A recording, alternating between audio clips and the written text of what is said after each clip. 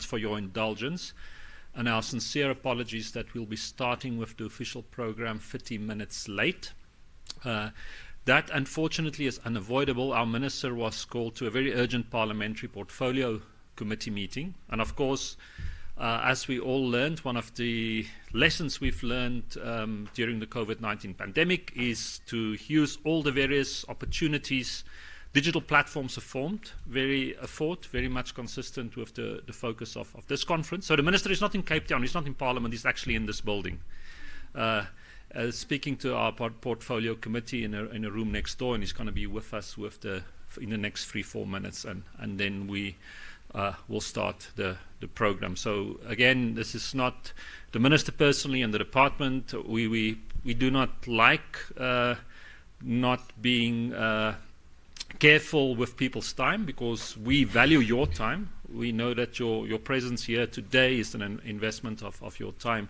So thank you very much for that understanding, and I can assure you that if the minister did have to honor this commitment in the portfolio committee, it's not only because of our commitment to our democracy, but also very much for his commitment to the science and innovation portfolio.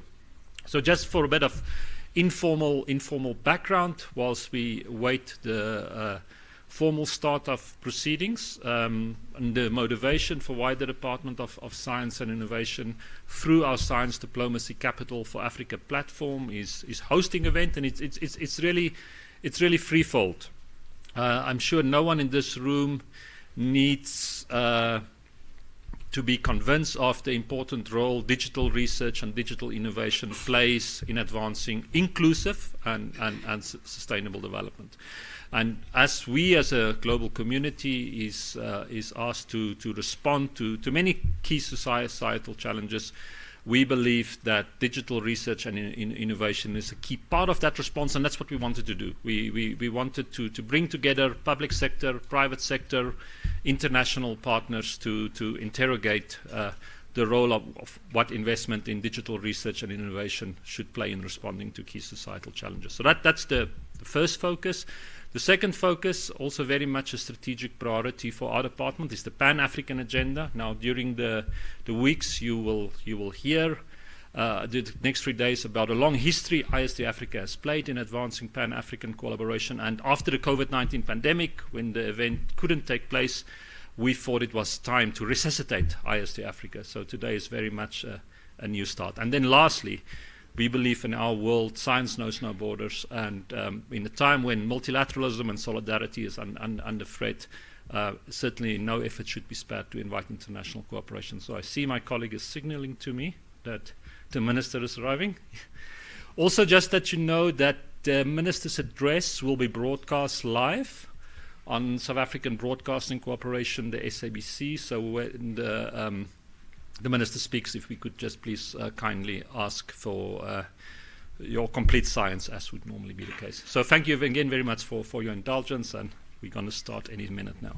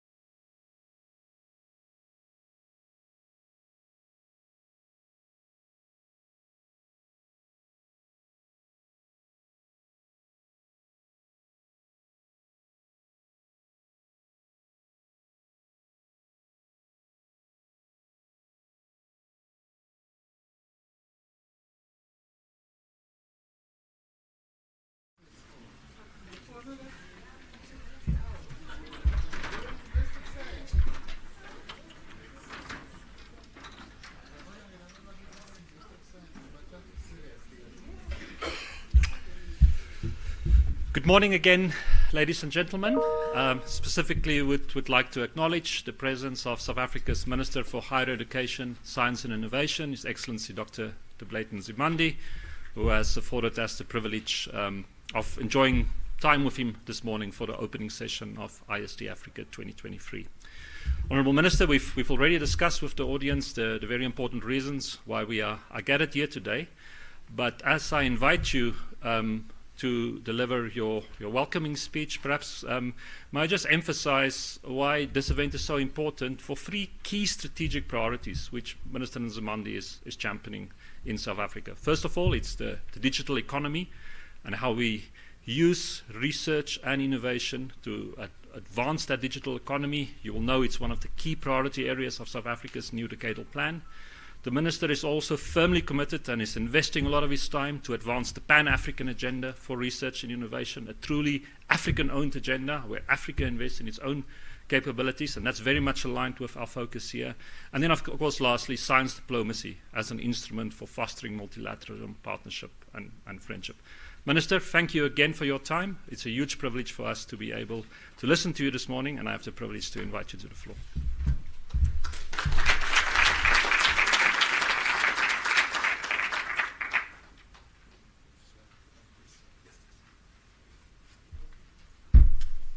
Yeah, I was getting worried, Dan, that you expect me to stretch my leg that side.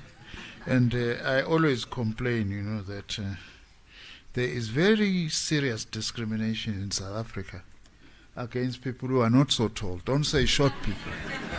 You know, at least this podium looks much better because I can see you here. Normally, I normally see people who are way over there. Thank you very much, Mr. Dan du Toit, our DDG, responsible for international relations in the Department of Science and Innovation. Let me start by greeting Her Excellency Ambassador Sandra Kramer, the EU's ambassador to South Africa and head of the EU delegation to South Africa in absentia. And of course, we appreciate the very good cooperation we have with the EU and South Africa as well as the continent. Acting DG of the Department of Communications and Digital Technologies, Ms. Nungubela Jordan Diani, Mr. David Ringrose from the EU Commission's DG Connect, who is joining us online from Brussels, Dr. Lumkile Mondi, Wits University, from Wits University, Ms. Mponjo Maruping, Sarao, South Africa, that's our South African Radio Astronomy. Mr. Ganesh Rasagam, the World Bank Group, South Africa. Ms. Leslie Donna Williams, Chimologong Digital Innovation Precinct, South Africa. Mr. Marius Engelbrecht of Huawei, Southern Africa region. IST-Africa partners on the continent. Government representatives and industry representatives who are here, members of the research community, distinguished guests, all members who are participating, and members of the media. Good morning and welcome to the IST-Africa Conference being hosted by my Department of Science and Innovation. I would also like to welcome and appreciate the team from the International Information Management Corporation, IIMC Ireland, and representatives from ministries and national councils responsible for information society in our African continent, who worked with the DSI team to put this conference together. It is an opportune moment that such a discussion is taking place and starting on the last day of the Africa Month, as we celebrated Africa Day on the 25th of May. Africa Day is an opportunity to celebrate African diversity and successes and to highlight the cultural and economic potential that exists on the African continent. Now that I see one ambassador coming in, when I acknowledge Ambassador Sandra Kramer, I should have said, and all other ambassadors who are here. I really do apologize about that, but it means I still need a bit more training on diplomatic protocols. Ambassador of the Western Sahara is here with us. Thank you very much too, and others who are here. Now, I was saying that this conference provides us with another opportunity not only to reflect but to come up with solutions as we continue to grapple with some of the most pressing challenges of our time. Given the multitude of global challenges that we face, including climate change, food security, health, energy, amongst others, there is an increasingly important role that ICT, information and communications technologies, can play and should play in providing possible solutions. Within this context, equally, there is also an important role for international cooperation in science, technology, and innovation in providing innovative solutions. The world is faced broadly with the same kinds of problems, especially in the wake of climate change and its implications. But the impact of these global challenges on the African continent, they take a particularly unique form, which is why there is a need for an African research agenda to tackle African problems, some of whom are global problems, but with particular impact on our continent. I'm saying this also because, ladies and gentlemen, science knows no borders. It's very important to say this. Always remember on COVID, Dan, this American friend of mine always says that some of the developed countries were wanting to provide vaccines, prioritizing themselves, as if any pandemic can be contained and be dealt with in one part of the country, of the world, and not the rest. This American friend of mine says that is like we are all swimming in a swimming pool and then we say, here is a corner that we are reserving for those who want to pee, and hope that the rest of the swimming pool won't be affected. Just as science knows no boundaries, problems that we are facing, many of them, like the age of pandemics that we have entered into, knows no boundaries. It is for this reason that the theme, for instance, for my budget vote, which I tabled in Parliament last week, was using science, technology, and innovation to grow our country and together resolve its challenges. South Africa's investment in science, technology, and innovation, which if I can share this with you for a bit, is driven by our government's objective to accelerate sustainable and inclusive economic growth. It's a global problem as well. We need global and inclusive economic growth. It's something very important to also use science to fight against unequal and uneven development in the world. That is why, by the way, when we hosted the World Science Forum in December last year, its theme was Science for Social Justice. It's very important. As government, we are guided by South Africa's National Development Plan, which is a comprehensive growth and development strategy for our country, which emphasizes the role of science, technology, and innovation in achieving its Vision 2030. Through our white paper on science and innovation, our government has adopted what we call a whole-of-society approach to innovation, which is implemented by our 10-year strategy, 2021 to 2031, which we call the Decadal Plan, which is the implementation mechanism of our white paper and has become one of the key instruments for South Africa's economic reconstruction and recovery plan, and also as part of building a capable state. On a global level, our decadal plan, we see it as also responding to the objectives of the Sustainable Development Goals of the United Nations, the SDGs. One of the key objectives of our decadal plan include accelerating the implementation of the Pan-African Science Technology Innovation Agenda and focusing on inclusivity, transformation, SMME support, and job creation, amongst others. As South Africa, we are absolutely clear. We are not an island. We are part of the African continent. Whatever advantage we may have, the fact that we have got the single largest public university system and the single largest science infrastructure on the continent means that those platforms must also be used for the development of the continent as a whole, over and above our own national objectives. As a department, we recognize that there's been rapid technological change, driven primarily by technology that enables the fusion of the physical and digital worlds.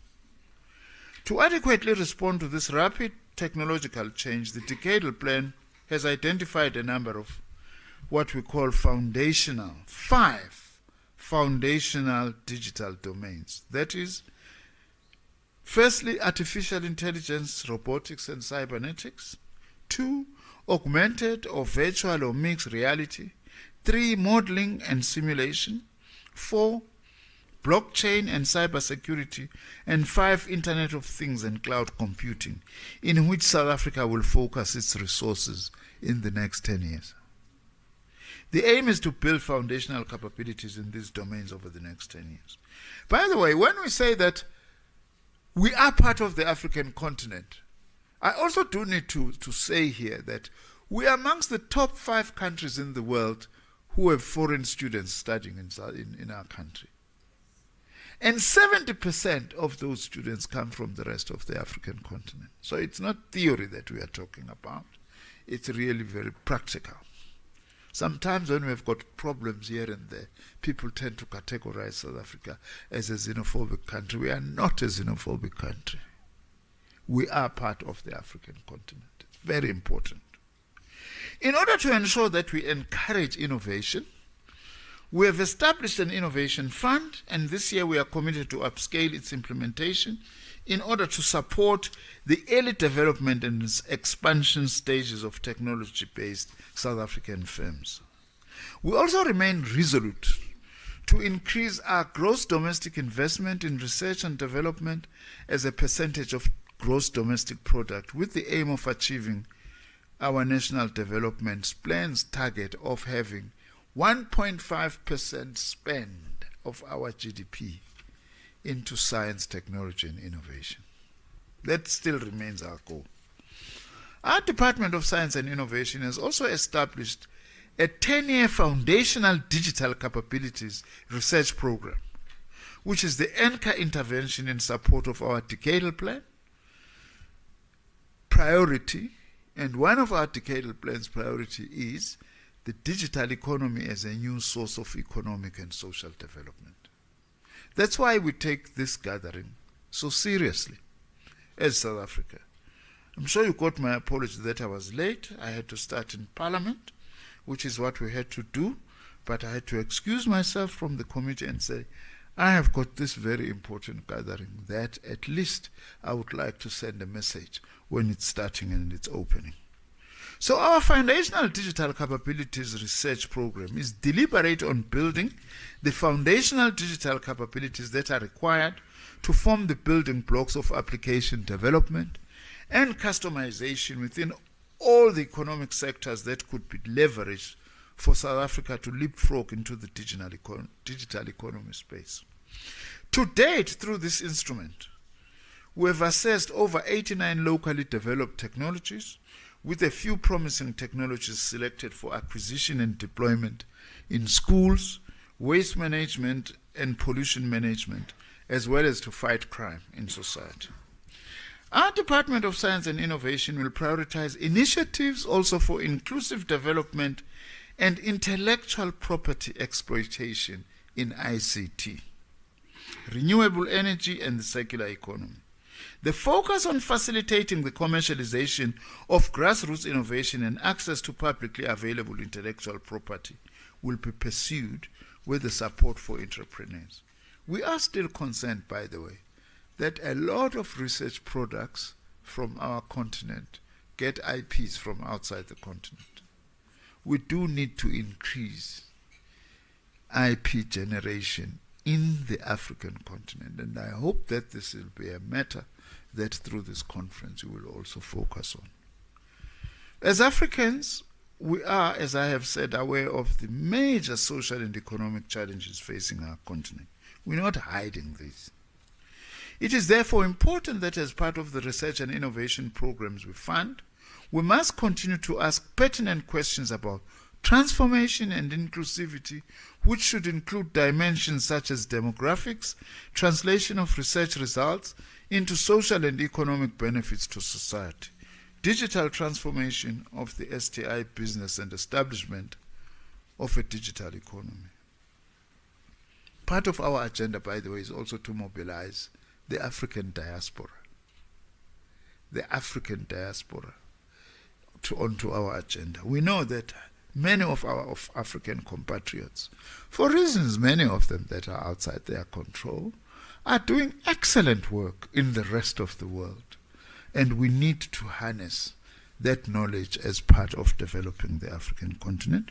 And we hope our partners like the EU will continue to support us in that effort in particular.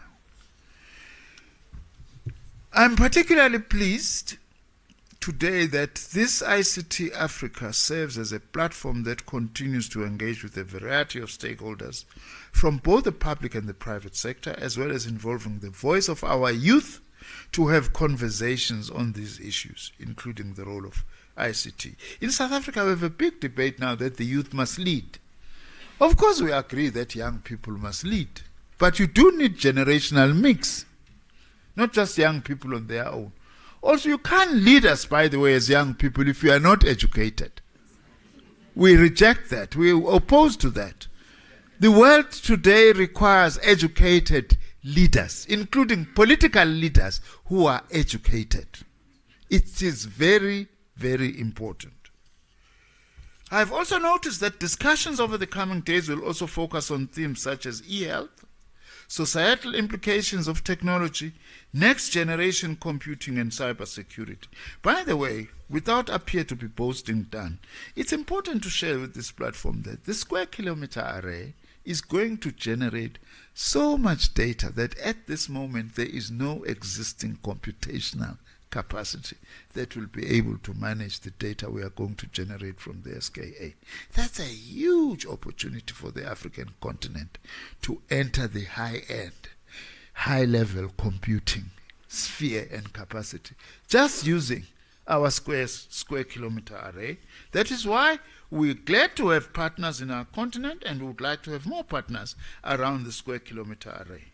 As a Department of Science and Innovation, we also continue to support the broader work of government through our strategic STI initiatives. This is important because this is what we would like to see also, that science and technology supporting our governments, so that our governments in the continent are also informed by well researched and scientifically determined options in front of us.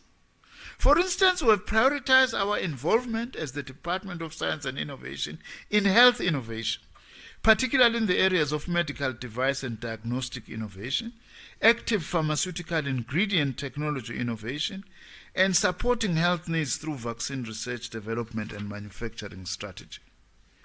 We are also committed to support the procurement of locally developed technologies through the Technology Acquisition and Deployment Fund. We prioritize initiatives for inclusive development and intellectually property exploitation in ICT, renewable energy, and the circular economy. Circular in this way, not secular in the SESULAR meaning of it.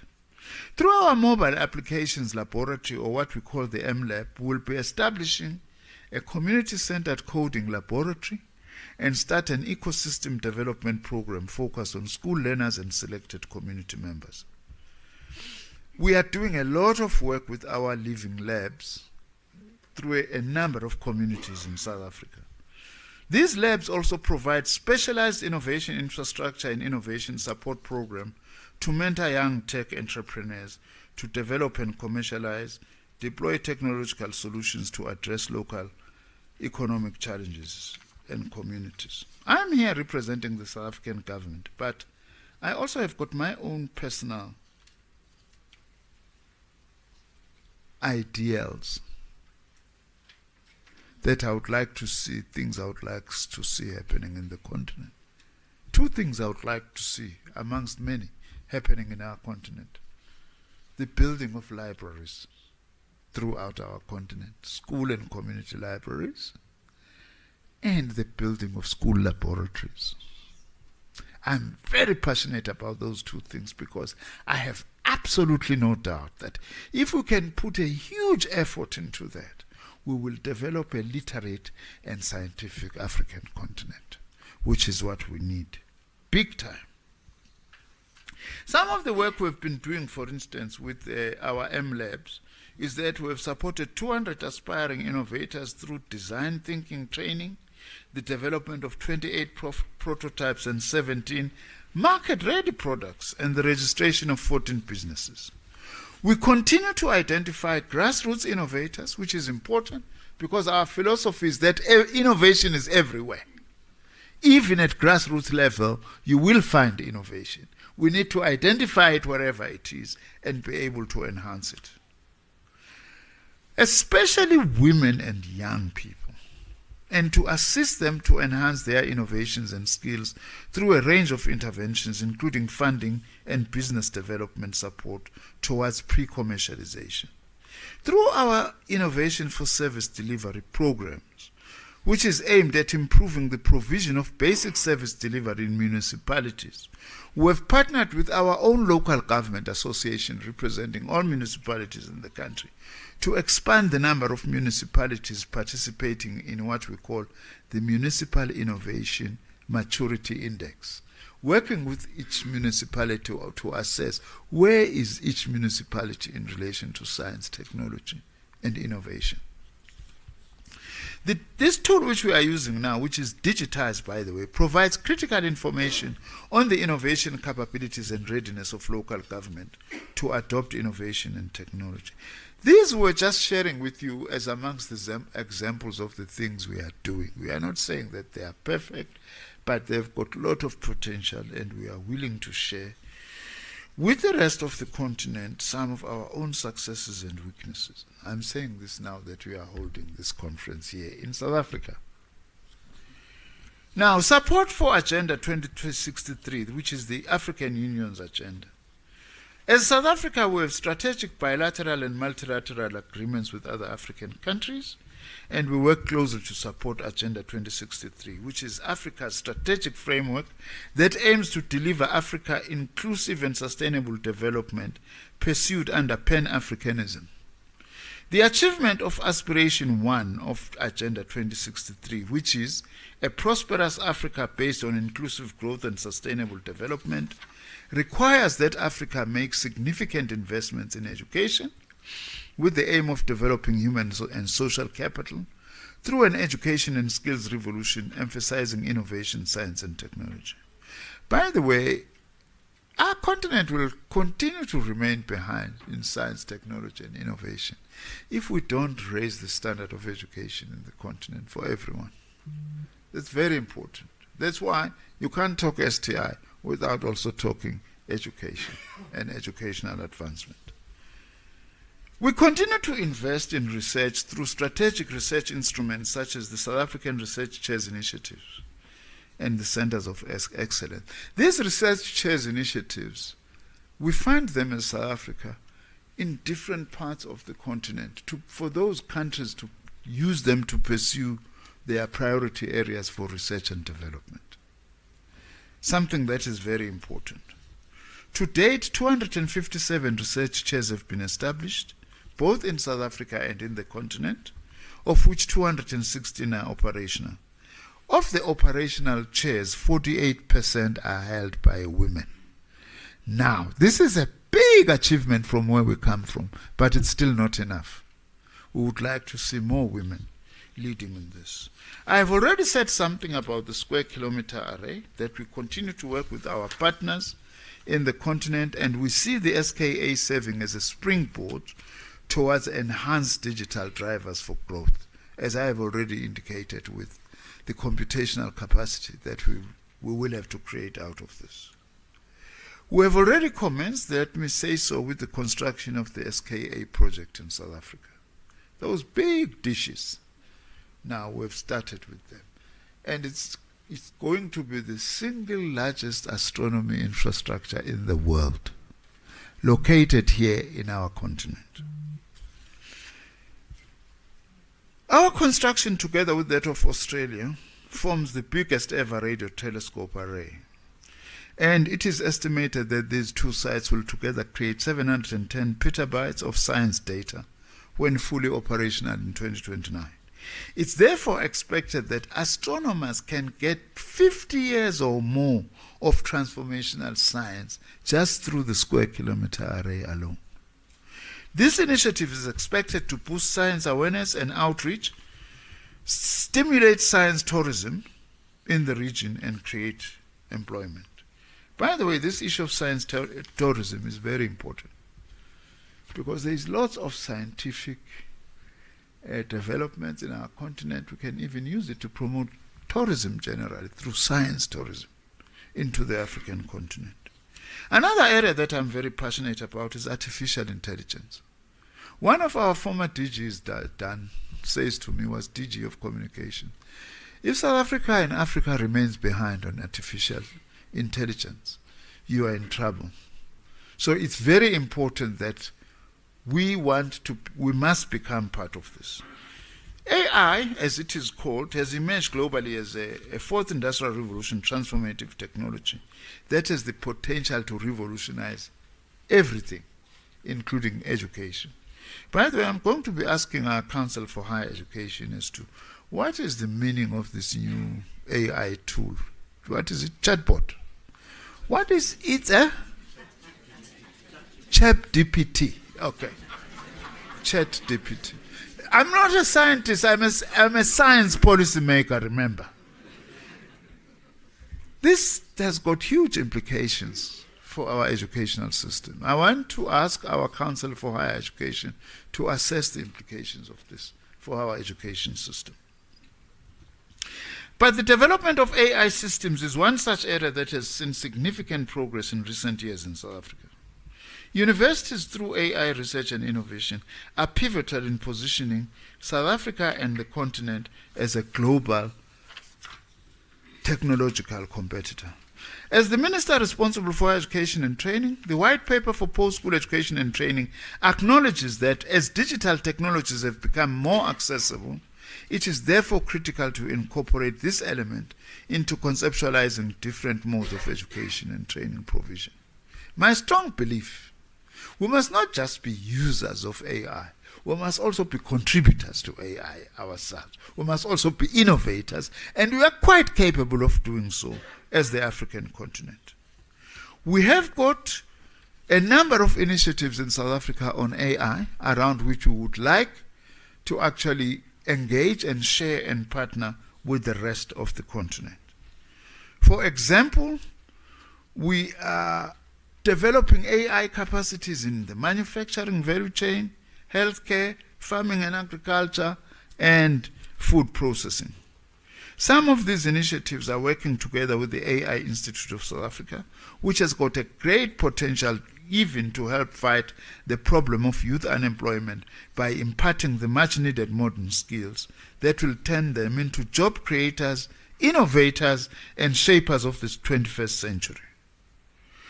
A number of catalytic projects that we have established in this area. In conclusion, I hope that the objectives of the IST-Africa will contribute to, amongst other things, the following: strategic engagements in the continent, with the continent, on international research, innovation, and policy cooperation, fostering greater coordination of ICT-related research and innovation activities, knowledge sharing, capacity building, and skills transfer between IST-Africa partner countries, enhance global engagements, including through the Africa-EU Strategic Partnership, Madam Ambassador, that is ICT-enabled research and innovation supporting sustainable development, and also out of this gathering also begin to reflect and enrich the supporting of science, technology and innovation strategy for Africa, STISA 2024. I also hope that the conference engagements over the next few days will also serve to strengthen partnerships and cooperation in STI within our continent. It is through such partnerships that we will enrich the global scientific knowledge base to address our global challenges and build lasting international partnerships. I always say this to people, that developing science, technology, and innovation, including ICT technologies on the African continent to solve Africa's problems, that will actually contribute not just to knowledge in Africa, it will contribute to global knowledge, even how to deal with problems that the rest of the world had not started grappling with. But by grappling with them in the African continent, we are able to contribute to knowledge. As an African continent, our ambition is to be producers and not just consumers of knowledge. As a minister, I'm also committed to work with my counterpart in the continent to establish what one may call an Africa Research Fund to support research and development priorities for our African continent, an African research agenda supported by the diaspora and our partners like the EU. I would lastly like to encourage you to network throughout the conference. That's very important in order for all of us to see the impact of IST-Africa 2023 conference in action going forward. Thank you very much, and I wish you a successful conference.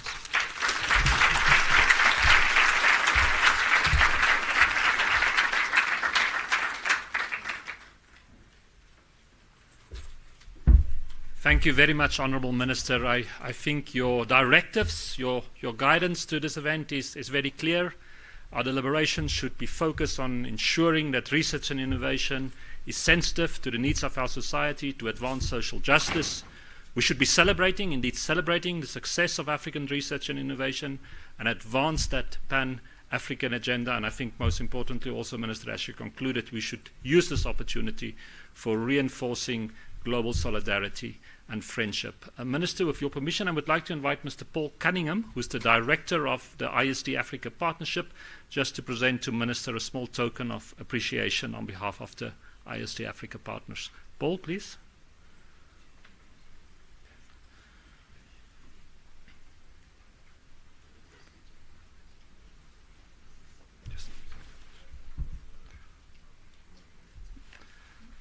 Yes. Yes, for the first. So that there's evidence.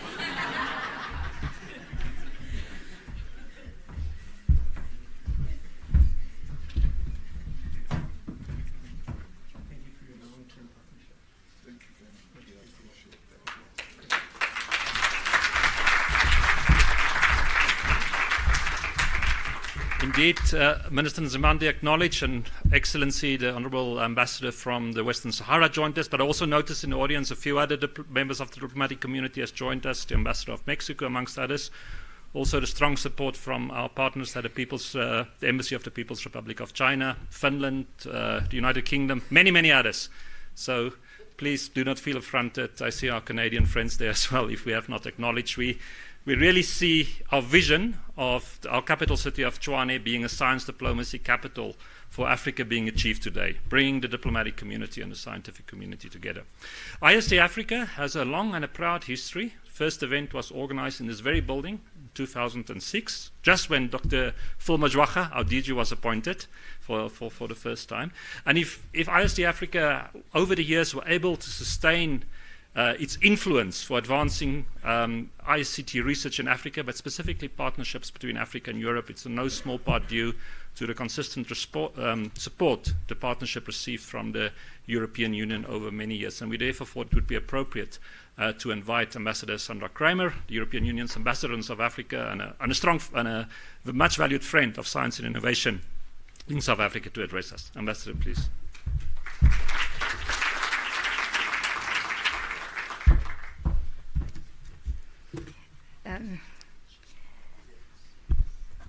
Good morning, everybody.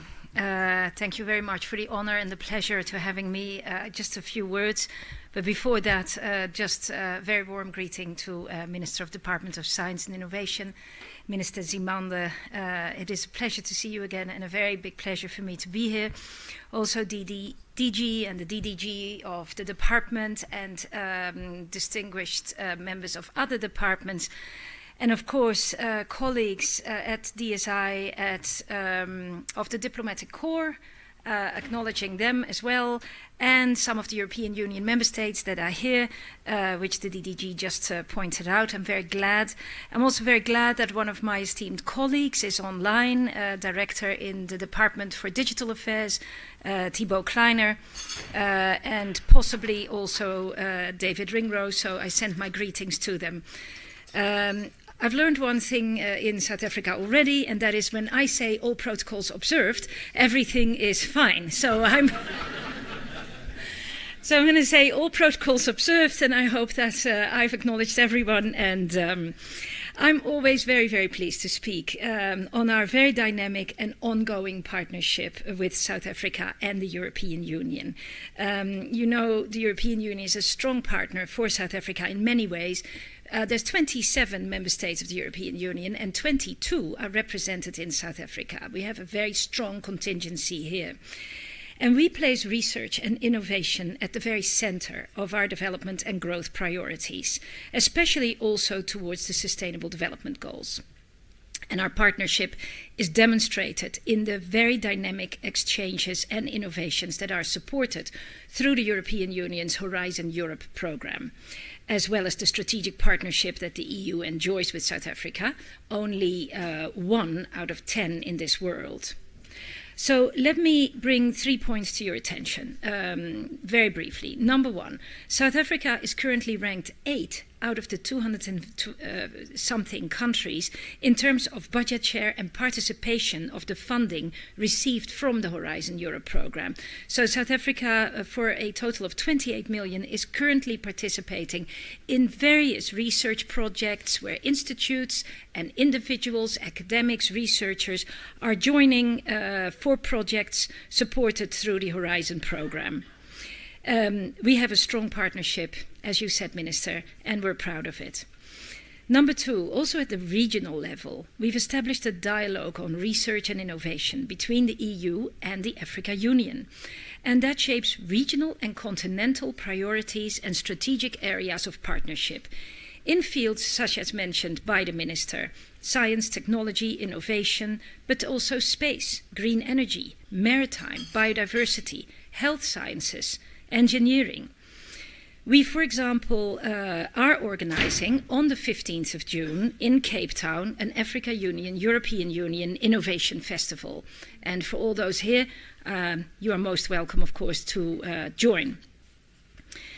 There are 4 areas that I wish to highlight, which are flagships under our Science, Technology and Innovation program, namely the Africa Union, European Union Innovation Agenda, the Earth Observation and Space, regional centers of excellence in the areas of green transition, and the AU-EU flagship on data governance. Now, number 3, here in South Africa particularly, we support our friends at the Department of Science and Innovation through a program specifically aimed to establish a vibrant and cohesive national system of innovation. This is an ecosystem that allows knowledge, research and innovation to flow into other areas of the economy, but also the government and civil society, towards a more knowledge-driven country. And that support program for the National System of Innovation is valued at 16 million euros, and it led to the development of new technologies that improve the delivery of public services and increase the uptake of innovative solutions at various levels of the public sector in South Africa. Ladies and gentlemen, digital technology is changing people's life rapidly around the globe. Who would have thought a couple of decades ago that we would only need one handheld device, a mobile phone, to do our grocery shopping, our banking, our correspondence, prove that we're vaccinated, stream music, watch anything at any time, and the list goes on. Digital technologies are changing people's lives in ways that we do not yet fully comprehend. IE is one of them, and the ChatGPT is definitely something we need to look into, Minister. The next thing we know, it writes our speeches. We, however, understand the significant effect that the rate of connectivity and digitalization is having on all areas of human life and the environment. The European Union digital strategy aims to make this transformation work for people and business, while helping to achieve the target of a climate-neutral Europe by 2050. So I must underline that we're determined to make this digital decade a reality and see in South Africa an important partner in this ambition. And in partnership with South Africa, we will take action in setting standards that are human-centric and that leverage data, technology and infrastructure to make sure no one is left behind. In other words, we must make sure that we bridge the digital divide that exists between different communities and different countries. It's access to hardware and software and in connectivity so that digitalization can contribute to sustainable production and consumption patterns and towards reducing persistent inequalities. So, ladies and gentlemen, I'd like to wish, first of all, IST-Africa a very good restart after the COVID break. I really hope that, again, this particular event will travel across Africa and that we are constantly feeding each other with information, with ideas, with the innovation and the science that is needed. I'd like to thank you for the opportunity and the honor to speak to you all today, and you have a very heavy program ahead of you, so I wish all of you very exciting and very insightful days ahead. And I just would like to say to the Minister and the Department of Science and Innovation, your motto, making it possible, is our motto as well, making it possible in Africa for Africa. Thank you very much.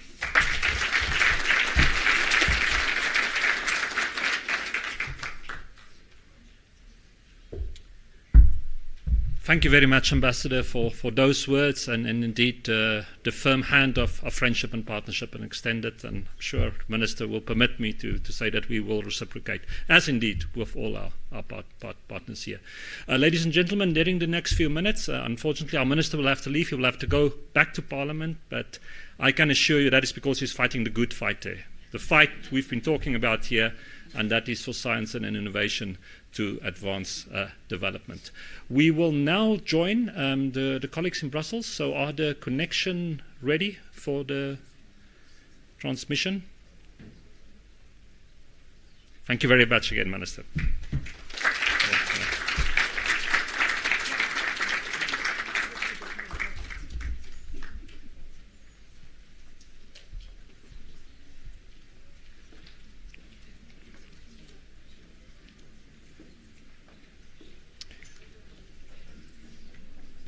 It's always a bit ironic at an event focused on digital technology that we have challenges.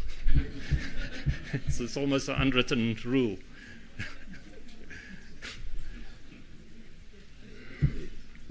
Can I just get a signal from someone if what is happening? Ladies and gentlemen, dear partners, hello from Brussels, the capital of Europe. And it is really an honor and also a pleasure to welcome you and to open this IST-Africa Week.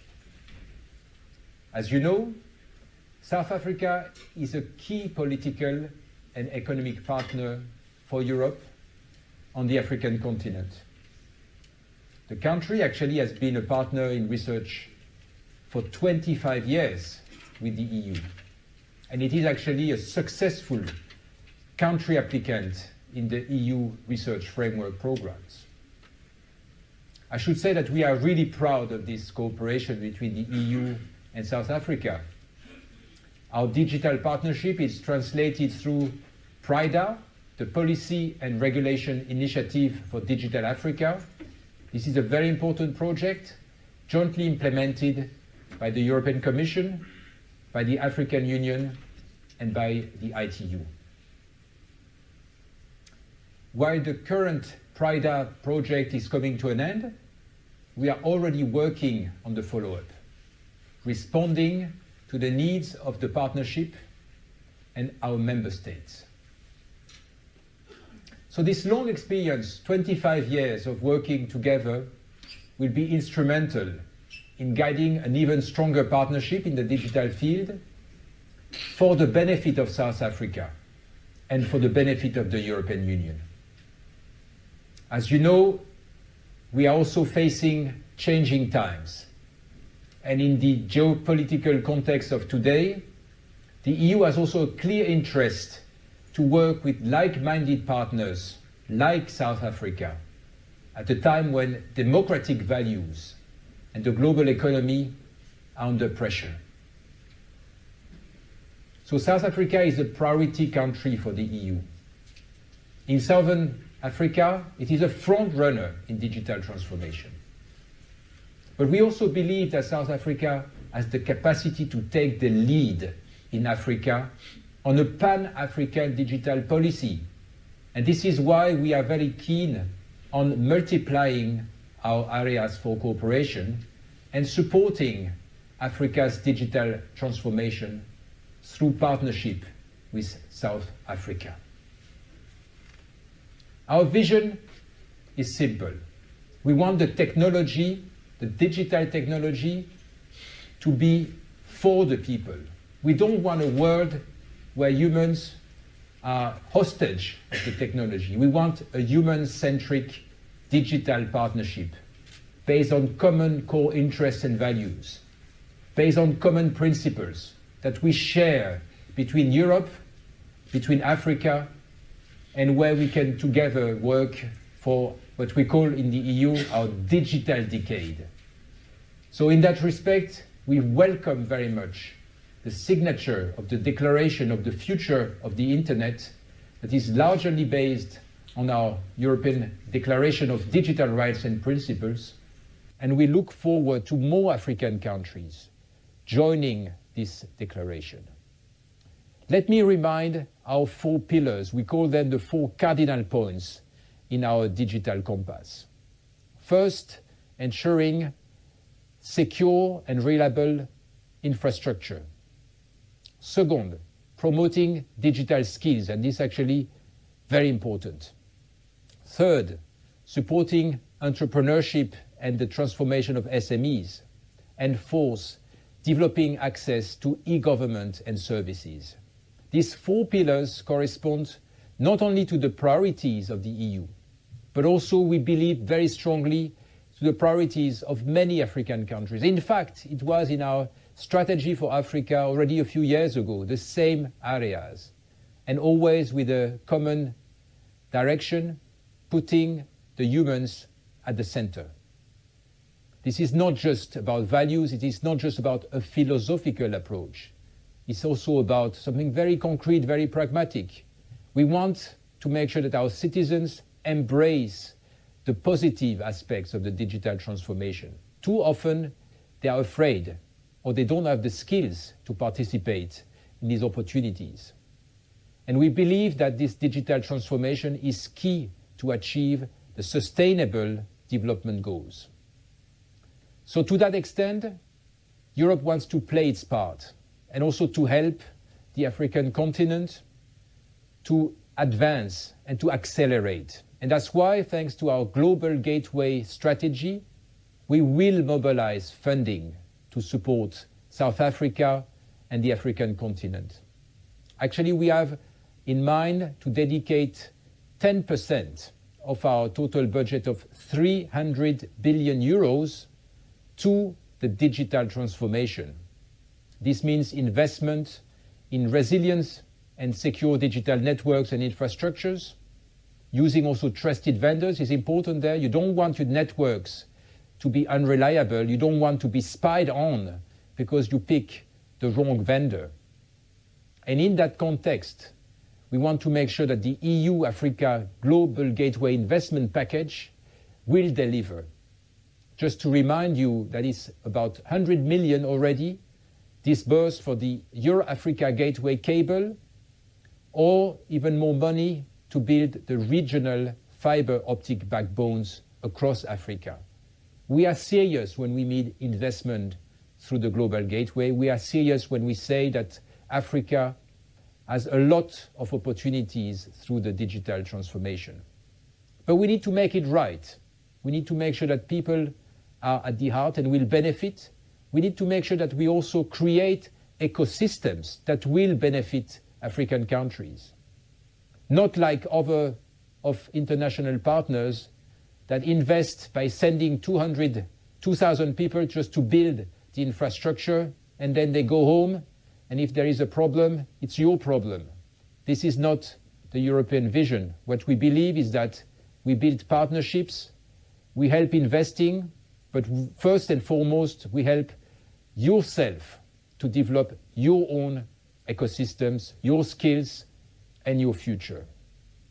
So in that respect, I would flag the 5G toolbox as an important tool so that cybersecurity is also at the heart of our networks, and so that you make sure in Europe, but also in Africa, that the networks deliver what they should.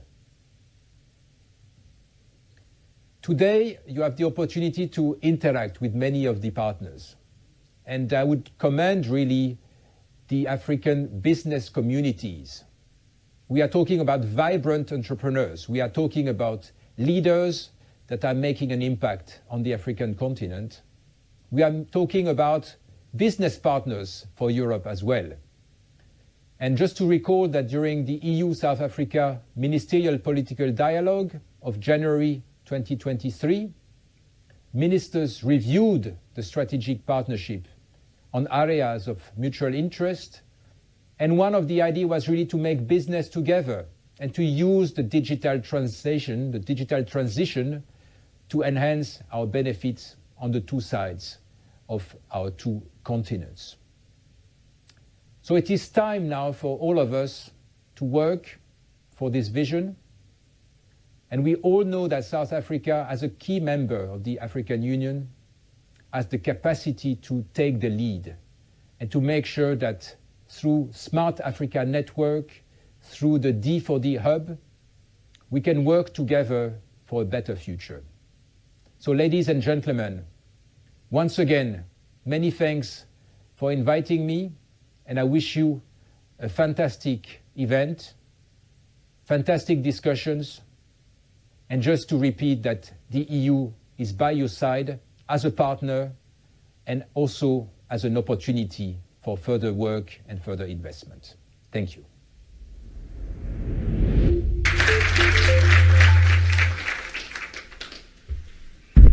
Thank you very much, Mr. Kleiner, and Ambassador. We'd also ask you to express our appreciation to the colleagues in Brussels. Ladies and gentlemen, thank you very much for your presence in this opening session. We're going to have a short break now, because as the Minister indicated, one of the key objectives of this meeting is actually just to bring us together, to engage, and I think we've had much food for thought which should inspire partnerships, Africa-European, North-South, South-South, Pan-African. That is why we are here for, and then we'll continue with the rest of the program at 10:45. There is a series of well-established and respected thought leaders who will be engaging with us, and we do encourage you to stay with us for the next 3 days. So thank you again very much for your indulgence, for our late start this morning, and your presence here. Thank you.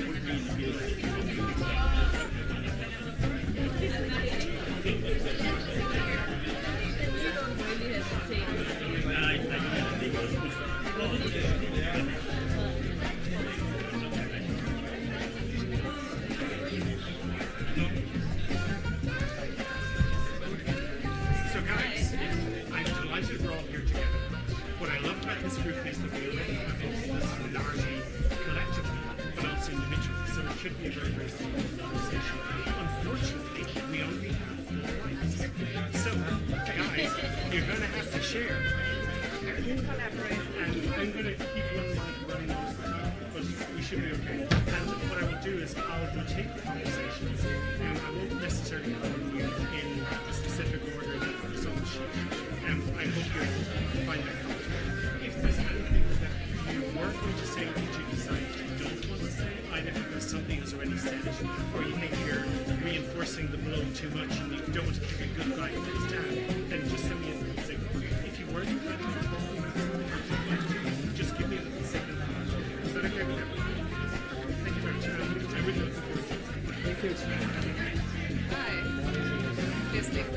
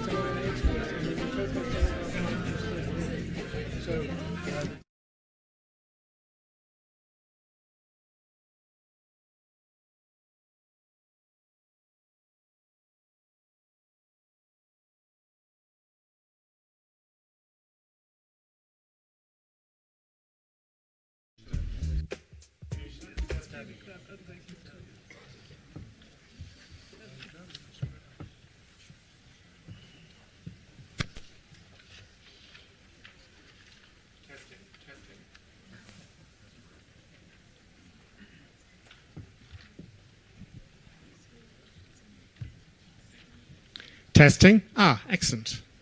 Agrinuishla Akorja.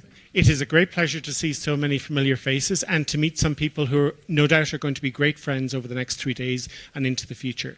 My name is Paul Cunningham, and it's a great pleasure to be the moderator for the high-level roundtable, which is part of IST-Africa 2023. IST-Africa has been running as a conference for 18 years, and the last 3 have been done virtually, so we're delighted to bring back a face-to-face physical event, because I think we all understand how important community building, networking, and building those personal trust relationships that as human beings require us to meet one another one-on-one. What I'm going to do is I'm going to briefly introduce our distinguished panel. Some of whom are old friends, some of whom are new friends, but all have, I think, a lot of insight to share based on their interdisciplinary backgrounds, and also because they're very complementary to one another. So I'd start with my good friend and long-term colleague, Bonene Moafe, who's the Deputy DG for Socioeconomic Innovation Partnerships at the Department of Science and Innovation, South Africa. He's many years' experience in the science, technology and innovation system, including research, managing research, development and innovation funding. And he also has various leadership roles in various international organizations aimed at ensuring science and technology and innovation contribute to the greater societal good. Next, we have Jeanette, who's the Acting Deputy Director General for Information Society and Capacity Building at the Department of Communications and Digital Technologies. So I think it's wonderful to have more than one department represented on the platform today. And as we go through the conversations, I think that will just reinforce the complementarity of different departments across the South African government in this space. Jeanette is also the departmental representative on the board of CETA, which I think is incredibly important, the state IT agency. She's an ICT and innovation executive with more than 15 years experience in operational and strategic management. She previously served as head of the Secretariat for the Presidential Commission on the Fourth Industrial Revolution, established by the Department of Communications and Digital Technologies on behalf of President Ramaphosa. And she previously worked as Director of ICT R&D Industry Services at the Department of Science and Innovation. So this is a bit like a party come home at this stage today for her. And interesting enough, because this will complement Leslie later, she also started her career at the Innovation Hub, which was Africa's first internationally accredited science park, as a project officer and activator program manager. Next, I'm delighted that we have Ganesh Ramagun from the World Bank. He's currently responsible for the private sector in finance competitiveness and innovation global practice.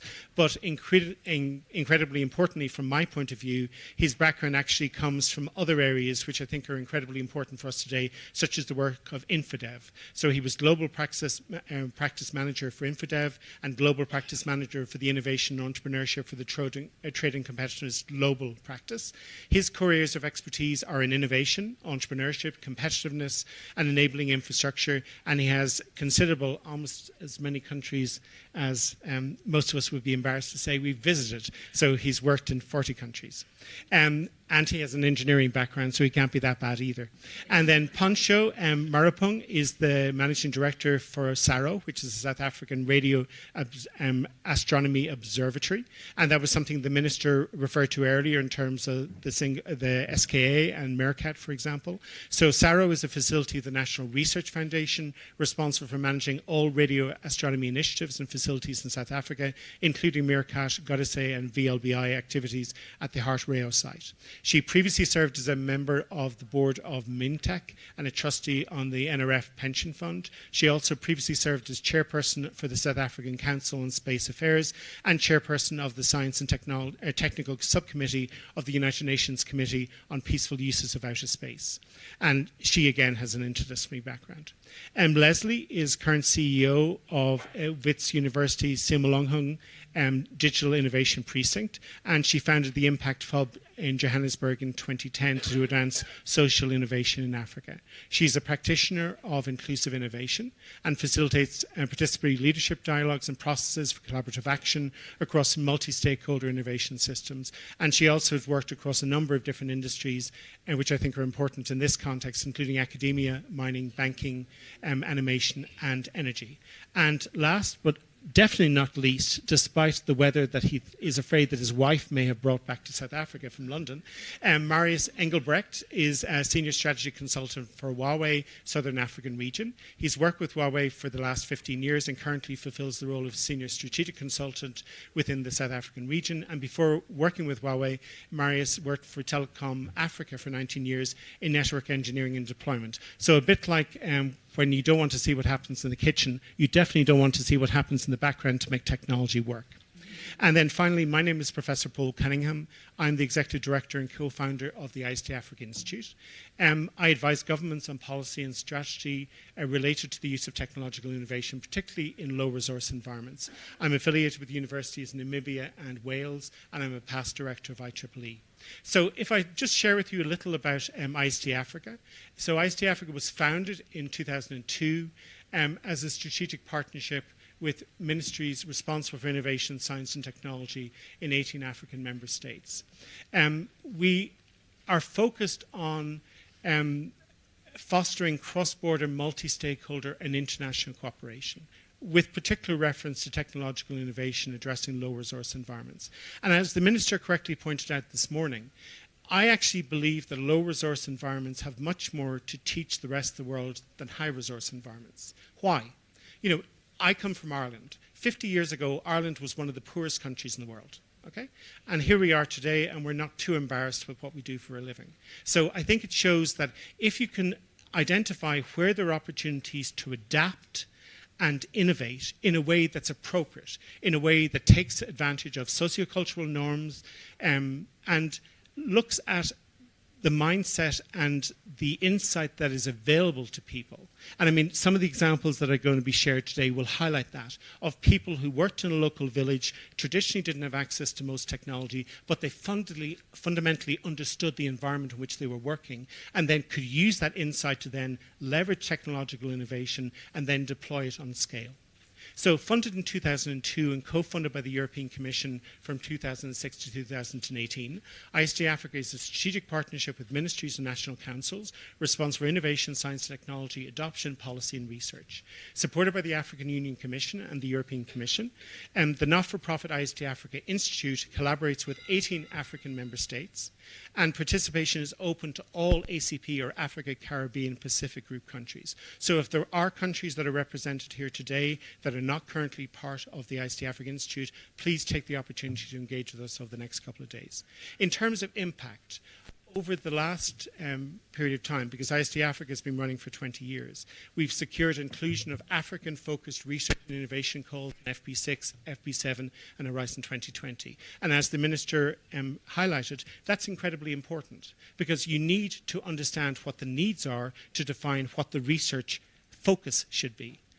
Secondly, we've helped African universities secure over €200 million of research funding over the last 12 years and build strategic partnerships on a cross-border basis across Africa and equally across the world, which hopefully will be to the mutual benefit of all involved. What I'd like to do now is to delve down into a number of topics which we've agreed we'll address today. And they're all focused around the role of ICT research and innovation to strengthen digital innovation ecosystems in an African context. So the first kind of opening salvo, so to speak, so Jeanette is going to start us on this, is to outline some of the ways in which ICT research and innovation can empower and strengthen sustainable digital innovation ecosystems at both a national and a continental level. Jeanette?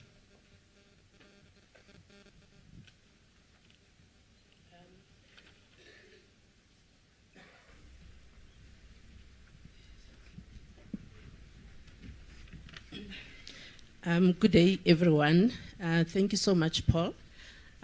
Yes, so in terms of building digital innovation ecosystems, whether it's nationally or in the continent, I think the key thing is around, firstly, looking at how we can harness the innovations that come from the African continent and sort of look at interventions on how we can support them.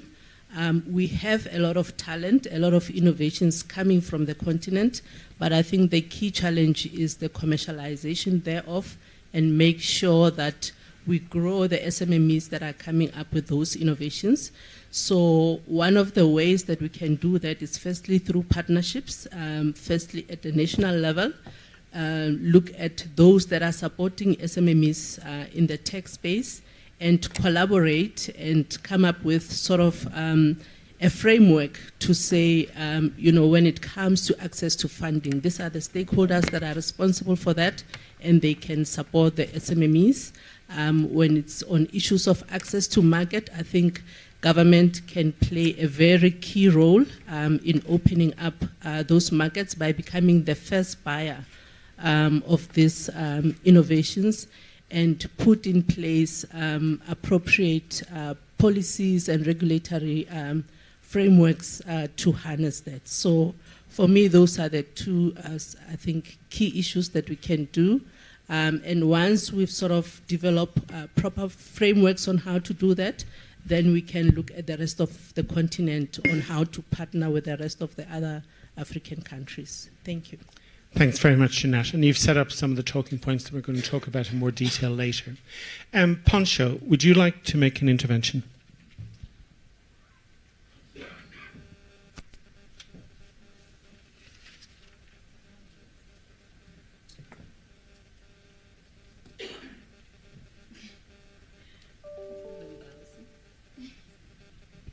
Oh, hi. Thank you. I mean, while I can't claim that what we're doing at Sarao, already sets up a full ecosystem, but I think, investing in complex science projects like building a radio telescope that's never been built before, forces us to develop solutions that will create, in the end, a really sustainable ecosystem. When you build a telescope that produces 2 terabytes per second data, and you need a 20 gigabyte per second archive, there is no way that you're going to find the solution in the market and still make it affordable. So from our point of view, we found the most clever people we could find. They worked not only among themselves, but with partners across the world, and built the compute and storage infrastructure that we needed to manage this data. And in that way, contributing not only to building a strong ICT ecosystem in South Africa, but also, becoming global leaders in some of these areas. An example of that is that Sarao was actually invited by the CEF Foundation as the first 30 global technology leaders in establishing and managing this massive growth in data and using, open source solutions to deal with it. So I think that in the African continent, investment in science, and it doesn't actually have to be directly, we are investing in building ICT infrastructure. But the fact that you are challenging astronomers to find answers to big science questions, that forces everything else then to be developed to enable that science to happen. Thanks, Poncho. We have a saying in Ireland, I hope you share it here, necessity is the mother of invention. And I think the focus that you have on coming up with a low-cost solution that isn't currently available in the marketplace, and then you're going to talk about spin-off opportunities and things like that later. But I think that's incredibly important. Again, from a low-resource environment, if you're looking to scale something, you have to think low cost. You have to think efficiency. You have to think not reinvent the wheel. And that's why collaboration is so important. Ganesh. Thank you, Paul, and thanks for having me on this panel. I'll just pick up on what both Jeanette and Poncho have highlighted in terms of commercialization of technology and access. So I think maybe just sort of make 3 points. So first is, I think, where research and innovation can come in the context of South Africa and, say, Southern Africa. The countries which I'm currently covering is in service delivery. If you look at service delivery in terms of basic infrastructure, health, education, provision of government services to people, G2P services, access to finance, digital financial services, there are huge opportunities for ramping up research and innovation to support the ecosystem. Because the ecosystem in South Africa and the other countries, from our assessments, is fairly fragmented. There are elements of excellence in the ecosystem, the resources and capacities which are world-class, but at the same time there are huge gaps in terms of the divide between the challenges that are, for example, in the townships and the rural areas and what you have in these sort of pockets of excellence. So how do we bridge that divide through more innovation and sort of disruptive technologies is key.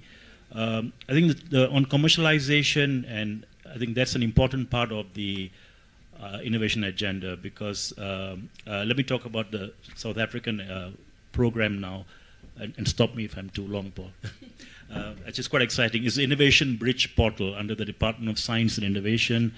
Dr. Mboweni has been a champion of this. The IBP, you can actually Google it. It's a digital platform initiated by the Department of Science and Innovation.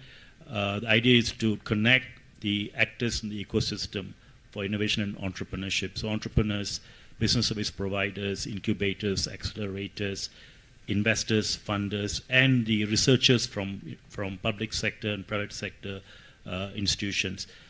So if you have a platform like that, that facilitates collaboration, networking, and partnerships. And it's a fantastic South African initiative, but what is exciting is that it's becoming a regional platform. So firstly, with the 4 other SACU countries, and then hopefully it can be expanded to SADC and so on. So that's a concrete example of how innovation platform can support the agenda. Thank you very much. And Leslie, I'm sure I don't have to put reins on you in terms of what you have to say about supporting entrepreneurship. Thank you, Paul. So I agree with what all the speakers had to say, which is fantastic. Maybe I'll just quickly define what we do at Simologong, because we consider ourselves to be a digital innovation ecosystem. And so we get up in the morning essentially to make sure we're creating world-leading African digital entrepreneurs. And that's super important for us, because we need to make sure that we're not just consumers of the world's technology, but we are producing as well. And I think COVID especially validated the need for this when we were on lockdown and we needed local solutions. And now we need to scale that up and not rest on our laurels, so to speak, because the pandemic is over. And for us, when we think of what an ecosystem means, for us it is that partnership and collaboration between academia, public-private sector, for us international development agencies, to really make sure that entrepreneurship is at the heart of what we're doing, but each stakeholder has a role in this value chain. And I think we need to grease the wheels to understand how do we collaborate well to make sure that we commercialize, like you said. And going back to the role of innovation, it's critical. It's the bread and butter. It's the seed of innovation as far as we're concerned. We've got fantastic entrepreneurs in South Africa and Africa, but quite often it's either subsistence entrepreneurs or a lot of ventures based on assumptions that lead to failure. The role of research for me really promotes data-driven innovation, that we really gone deep, understanding the need, understanding the problem in a clear way before developing solutions for it. Where we do need to create a bridge a bit more is that once the concept is deeply researched and defined, before finalizing the ultimate solution, we need to use, we speak about design thinking principles. We need to circle back to the end users and validate the solutions we've come up with before going to market. And for me, that's where research, innovation, entrepreneurship start connecting in the ecosystem. And then finally, it gives us great access to talent. I think we've got talent, but the talent needs to be refined and supported in a correct pathway. Thanks, Leslie. Just before I ask Marius to share an industrial perspective on this, my concern is one that you've alluded to, and that is how do we collaborate well? And my primary concern in an African context is duplication of effort. What we need are stakeholders like you and like the people on this platform and the stakeholder groups that they represent, working together, talking to one another. My mother always told me, Paul, there's a reason why we're designed with 2 of these and 1 of these. So I really think if we do a little bit more listening to one another and less about, we're doing something new and exciting, what are you doing to build on the shoulders of the giants who came before us? What are you doing to reinforce? How can different departments support one another, and how can different stakeholders across the public, private, education, research, societal and funding sectors work together in the most impactful, effective way? Because it's not about credit, it's about impact. Marius. Thank you for that, Paul. Absolutely, I was privileged enough a couple of weeks ago to present a 5G master class at the SET University, and it was just so encouraging again to see the spark in the youngsters and the students and the entrepreneurs that are out there, and they kept me quite busy with questions afterwards. But I had the privilege to share with them, because of our global footprint and our representation in more than 170 countries, and coming from China as early adopters of technology, of course, being able to identify and tell them what the future holds. How do we apply these technologies? But critical importance is the role that they have to play in the future that we all expect to have one day. One of the things that we've successfully implemented in South Africa is a program which we call the Huawei ICT Academy, where we've partnered with 69 plus colleges and universities, and we have managed to train more than 30,000 students over the last 3 years.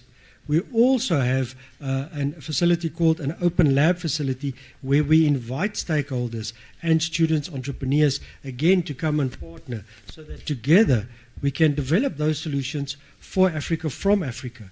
So we put it at a very high premium, the responsibility that we have, and I always say this to my team, is to educate and equip. The technology is there. We've developed it. It's available, but how do we apply it? And we need to understand, I say a lot of the times, it's easy to talk about the use cases in London or in Paris. Come and apply that technology in an Africa context. We've got real challenges, and we're not ignorant of those challenges. And again, that is why it's always important that the relevant stakeholders engage, talk with one another, and find those solutions. And within all of that, government obviously has a critical role to play in ensuring that the foundation is set and the mechanisms are in place that allow the network operators to deploy these technologies to the benefit of everybody on the continent. Thank you, Paul. Thanks, Marius. So now we get into the bits and bats that we have to worry about in terms of how do we operationalize such a vision that you've heard shared by the panel today. So I'm going to start with my friend Benene. What types of investments are required to facilitate ICT research and innovation to play this enabling role? Thanks very much. I think when you were doing the introduction, I was counting the years, 2006, thereabout. That was the time that the Department of Science and Technology at the time was working on what we call the ICT roadmap. And that was the roadmap that was going to direct as to where, as a department, we were going to invest funding for research. Because research is one area that is very important if we are really to get going.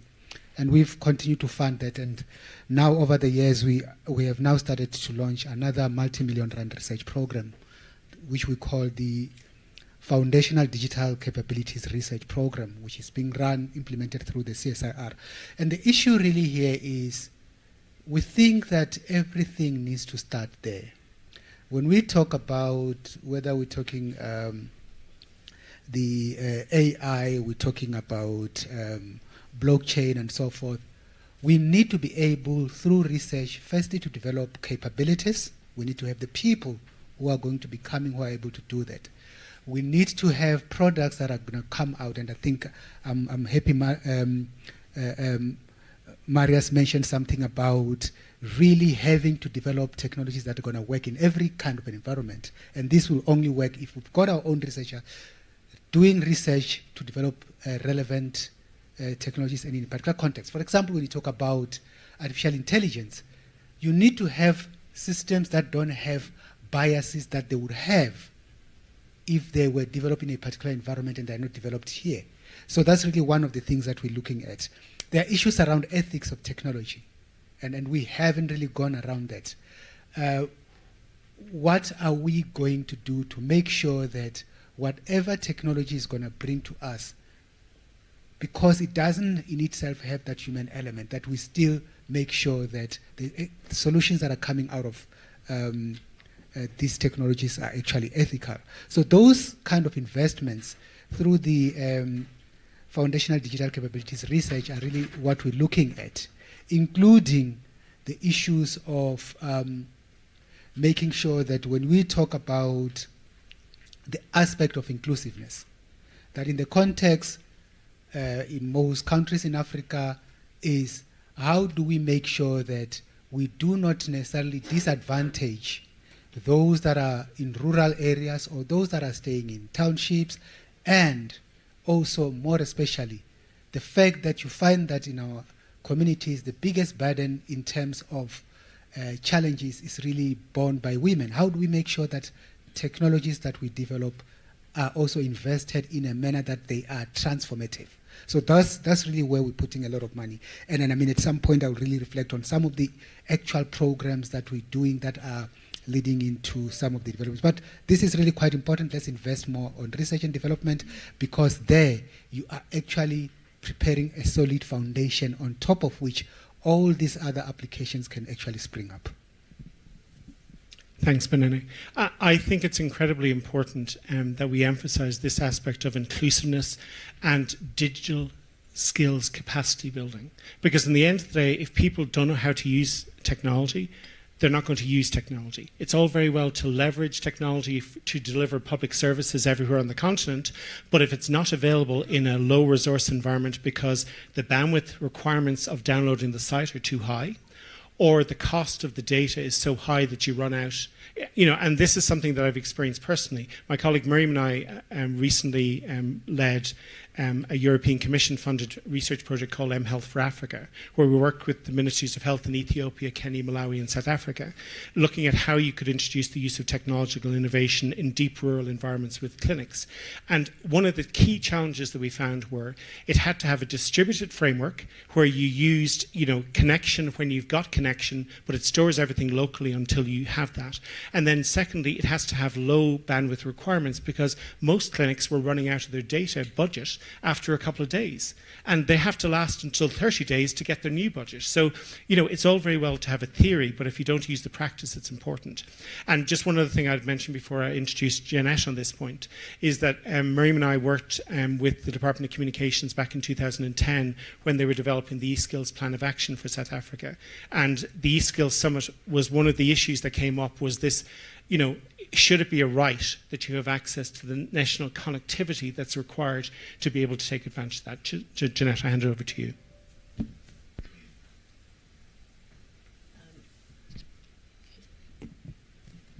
Thank you.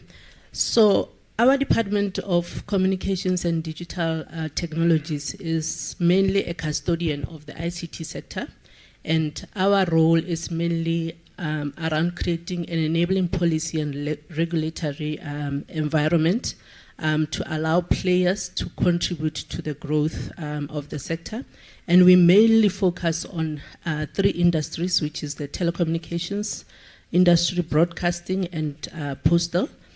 And according to the current report, the State of ICT Sector Report of South Africa by the Independent Communications Authority of South Africa, there's total revenue reported of these 3 sectors, which has increased from 4.61% from 243.6 billion in 2021, and in 2022 it was 254.8 billion. So we strive as a department to work with the private sector to invest in the sector, but we mainly focus on investments around the rollout of ICT infrastructure, which is connectivity across the country. We also look at programs around how do we digitally transform the public service, making sure that we roll out an e-government program. We also look at how we empower our citizens with digital skills and ensure that there's secured use of ICT infrastructure and systems. But the other role that we play is to also support our sister department, Department of Science and Innovation, on how to get this private sector companies to invest in the sector, mainly focusing on investing in R&D and innovation. And one other way of doing that is to support the program by the Department of Trade and Industry and Competition, where they say when companies do business with a country, they need to invest back. So they have a program called Equity Equivalent. And when there are equity equivalent programs coming from industry that are ICT related, then we sit with our sister department to say we need then to channel these investments into ICT R&D. And I think we've had key programs from Microsoft, from IBM, where we actually enforce that with the IBM program. They need to invest in R&D, where they are now based at the Timologong prison with a great research lab there, and there are others as well. So that's one other way that we're looking at investments, and I think collaboration and partnership. And I think as government we also need to be bold to say, when these investments come, we need to direct them to the right places, because initially you'd find companies, launching a cyber lab there in the rural areas, etc., and that doesn't contribute to ICT research and innovation. Thank you. Thank you very much. I think that just reinforces the importance of looking at enlightened self-interest. As you say, you've taken a strategic approach towards public-private partnerships in terms of encouraging industry to make sure that they deliver programs that address societal challenges. But from my point of view, and I'm sure Marius will have something to say about this at the end, I think enlightened self-interest means that from an industrial point of view, the more digitally literate everyone is, the more of a market opportunity there is for everyone, as well as making sure that we're addressing societal challenges. So it's a win-win in a real sense. Ponzo.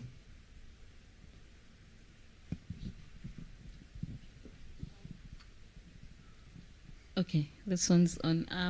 I kind of support, I guess, the points made by Jeanette and Bonini. I think that You can see that there is progress being made in developing capabilities in South Africa.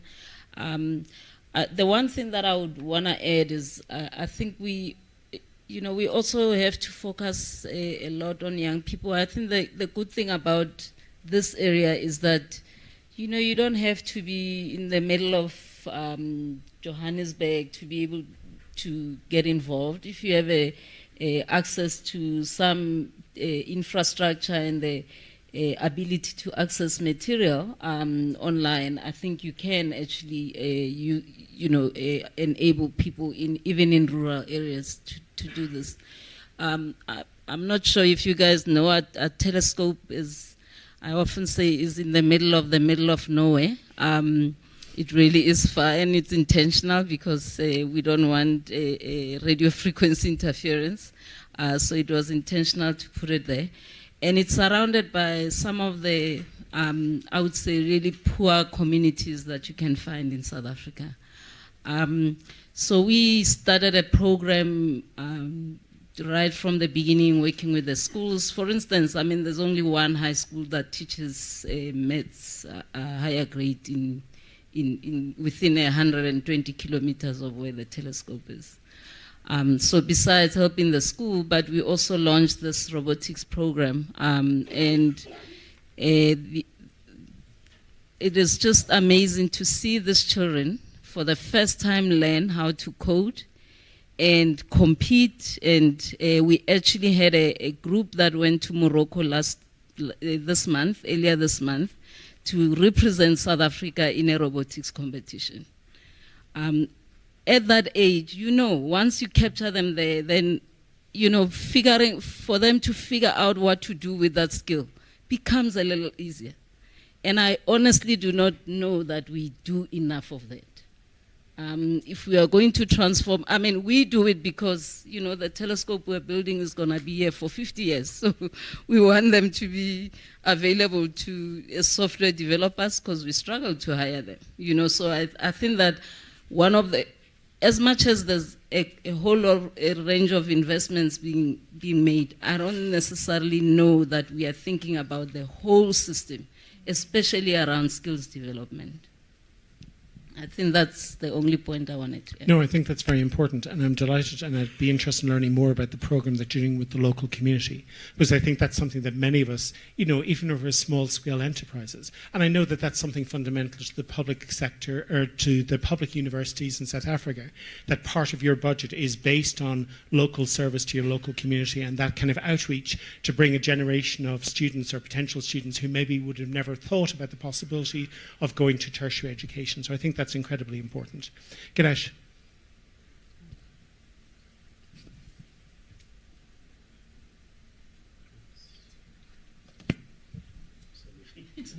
Technology is challenged. Now, so at the risk of sounding like I'm drumming up business for the World Bank for investments, look, I fully agree with Jeanette that every dollar of public investment should try and leverage, say, $5 of private investment. I think that should be a metric of success, because you need that private capital and private expertise to come into play in the ecosystem. But I want to talk about something a little bit. Of course, we need investments in basic education, in energy in South Africa. No, that's not a surprise to anyone here. Infrastructure, broadband infrastructure, to make sure that it's affordable and quality broadband access to everyone, not just the ones in the big cities. In terms of cost of broadband, South Africa is somewhat in the middle globally, somewhere in the 119, I can't remember the exact rating, but somewhat in the middle. So there's scope to do more to bring down the cost of broadband, Jeanette, so it's affordable. But I want to talk about quality of investment, which is something that's often overlooked. We need investments in building capacity in government, for governance structures, for implementation capacity, so that we can track how the investments are being made, what is the impact of these investments, do we have good data systems, monitoring and evaluation systems to track these investments. I think the quality of investments is important. It's something that governments often overlook in terms of investments. They rather build science parks and new labs and so on, but not on the quality of investment. The other is, thanks, Janet. I hope you could hear what I said. The other is the investment in data. So open innovation networks, open innovation systems need open data, and transparency of how data is made available, and how is it collected, curated, and made available for research. And that becomes, again, data privacy and data security issues become very important. So these are areas where I think there probably needs to be more discussion on future investments.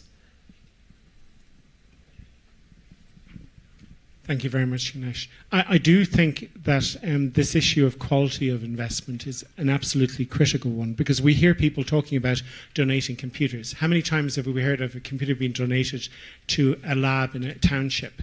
And then you go to the township and they're all plugged in, they all look wonderful, but nobody's allowed to access them because they don't have the skills to use them. So I think quality of investment is absolutely fundamental to this. So kind of, since we're now getting into the nook and crannies of how do we operationalize this vision, what types of regulatory frameworks and policies are required to support technology-enabled research, innovation and entrepreneurship to support societal challenges? So Jeanette, I'll start with you. Thank you, Paul. I think, this area is one area that I'm passionate about. Because in South Africa, the current public procurement policy doesn't actually support the harnessing of adoption of technologies and innovations, especially with SMMEs. To give you an example, we have our state IT agency, SITA, that is responsible for the procurement of the whole of IT products and services for government. And whenever they do a tender, you find that it's mainly big companies, if not multinationals, who get those tenders. And you know, the gap is, it's actually within our policy, especially our public finance management framework. It doesn't allow for the growth of SMMEs in this perspective. So I think we need to work as a collaborative with DSI and DCDT and other departments, as well as our state-owned entities, and come up with a framework that will then sort of support or complement the PFMA, and ensuring that we then harness the growth of our SMMEs. And in doing this, our department started a program last year, we call it Digitech, where we said, there's a whole lot of SMMEs that come up with innovations.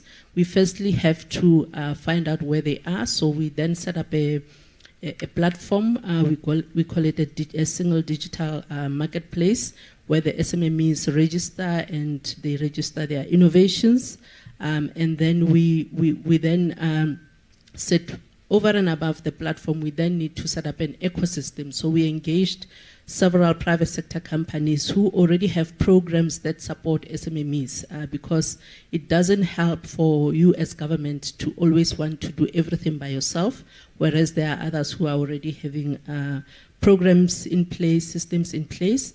And we identified that there's a whole lot of them. For example, Microsoft, Cisco, they do have incubation programs, and we engage with them, we map them out, and we sort of link them with the SMMEs. So currently Microsoft is supporting quite a number of these SMMEs, but they are not only giving them skills, they are not only giving them business support interventions.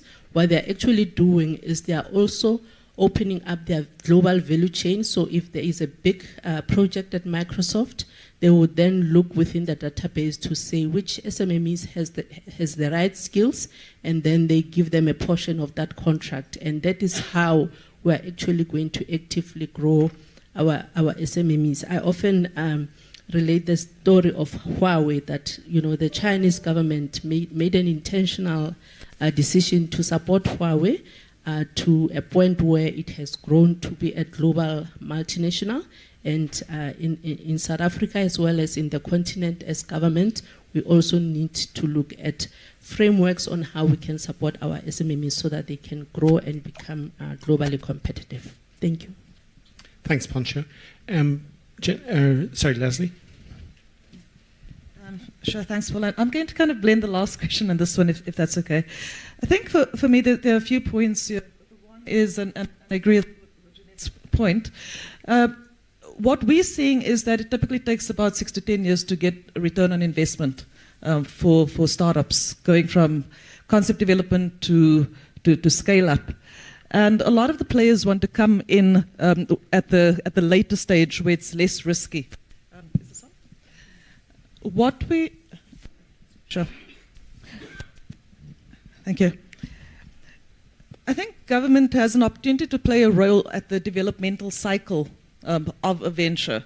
Very few players want to come in there. So the one is, it is around actually investing in the ventures, but also providing pilot sites. Because once they've proved their concept in an actual real live environment, other players are more willing to come on board later on. And for me, that's where infrastructure places like hubs and incubators come in as well, to provide that link to facilitate the quality of the ventures that go out. There was interest before lockdown by a few government players in province, Gauteng province, that it would be fantastic if we could pick it up. If spaces like Tshimologong can become clearing houses for government to procure from entrepreneurs, because we will partner with you to really make sure that those ventures are ready, go through a rigorous process with you before you select. That really creates a platform for the entrepreneurs to leapfrog.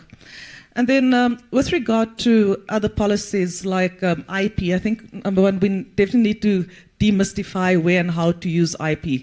We're getting regular invitations, our entrepreneurs are from various countries to move their IP abroad. And right now, we're not providing enough incentive for these entrepreneurs to build their ventures at home. So I think we desperately need to do something about that. Linked to IP as well, we need to incentivize researchers to commercialize.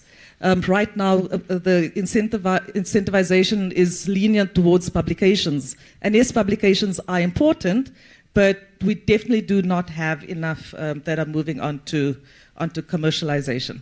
So thank you, I'll leave it at that. Thank you very much. Poncho? I absolutely agree, and I think that we've tried to do a little bit of, ensuring that the capacity we've developed and created can also support, requirements broader than just astronomy. And I think once, this program is sorted out of government being able to procure innovation, I think it will really, really help a lot of local technology developers. I think it's often a little easier for them to find other customers once they've at least had a first customer. And government really can bridge that gap quite significantly. So I think it would be great if, for instance, CETA also buys from, these local entrepreneurs, because there are people developing really fantastic technologies. Thank you very much. If I could call on Ganesh, and I'm going to come to Marius at the end for a reason. Ganesh? Sorry, Marius. So let me sort of put myself in the shoes of a woman entrepreneur from a township in South Africa, and see what are the regulatory and policy impediments that she will have to face. So firstly, can I register my business quickly online with at minimal cost or even zero cost, which is happening in other countries? Can I do it digitally without having to go to an office to physically do that? And then can I operate that business in terms of licensing and all those regulations required for business regulation? Is that all streamlined? Is that all digital? Can I do it without pain? And if I fail, can I exit my business easily? So entry, operation, and exit regulations need to be streamlined, need to be digital, and many countries are doing it around the world. And then you talked about IP, which is really important. To protect my business, I need to make sure that no one steals my ideas and runs away with it. And then I think, financing? I need risk finance. I need early stage finance. You know, I'm going to rely on my family and friends to support my venture, but do I have access to government grant funding that will help me to reduce my risk and get me ready, investment ready, to be able to access commercial financing? So that whole policy framework and around access to finance is key. And then talk about access to markets and procurement. So what's the public procurement policy? Is there a digital procurement platform where I can go onto and say, these are all the opportunities that I have to that I can access? Can I access them easily? Can I be guaranteed that I have a fair competition, and so on? So that whole digital procurement platform and digital procurement agenda is important for access to market. And then finally, the policy environment for collaboration, for networking. I think we talked about that, the Innovation Bridge portal being one. Can government invest more in data systems? I talked about that. Can I have access to that data? Is that readily available? Can I access business networks easily? So I think there are many areas where regulatory and policy frameworks are important. There's need for innovation in policy and regulatory in that space. You know, like what's the word? Regulatory hackathons, for example, and so on. Thank you very much, Ganesh. Now, the reason why Marius has had delayed gratification in terms of contributing on this point is, think about what we've heard. We've heard the national governmental perspective. We've heard the international governmental perspective, and we've heard from an innovation space. But, you know, the sector that in many cases is most impacted by regulation and policies is industry. So that's the reason why I'm going to give Marius the second last word on this. Thank you for that, Peter. I'm going to be brave and use this mic. Yeah, I think from a regulatory and a framework and policy perspective, what the industry needs and what we would like governments to do is they need to be the enabler. That we need to allow the network operators to build the networks as quick and as efficient as they possibly can, that again allows for the connectivity. Because coming out of COVID, I think we all realized very soon as we went into lockdowns that connectivity allows for continuity. And without the connectivity, I can't do anything. I can have the best technology available, but if it's not there in the hands of the people that need it, it's not going to happen. So from our side, and this is very high on my team's agenda on the continent, is we would like to see pre-provisioning and rapid deployment mechanisms that needs to be adopted and applied for the cost-effective and the speedy penetration of the technologies that allow for that broadband connectivity. Okay? For example, we can look at mechanisms like aerial fiber, infrastructure sharing, installation of passive components when building new homes or businesses. As I speak, now many countries have already changed legislations right down to the building code that allow for these pre-provisioning mechanisms. On Africa, we've seen successes and things happening in countries like Kenya, Nigeria.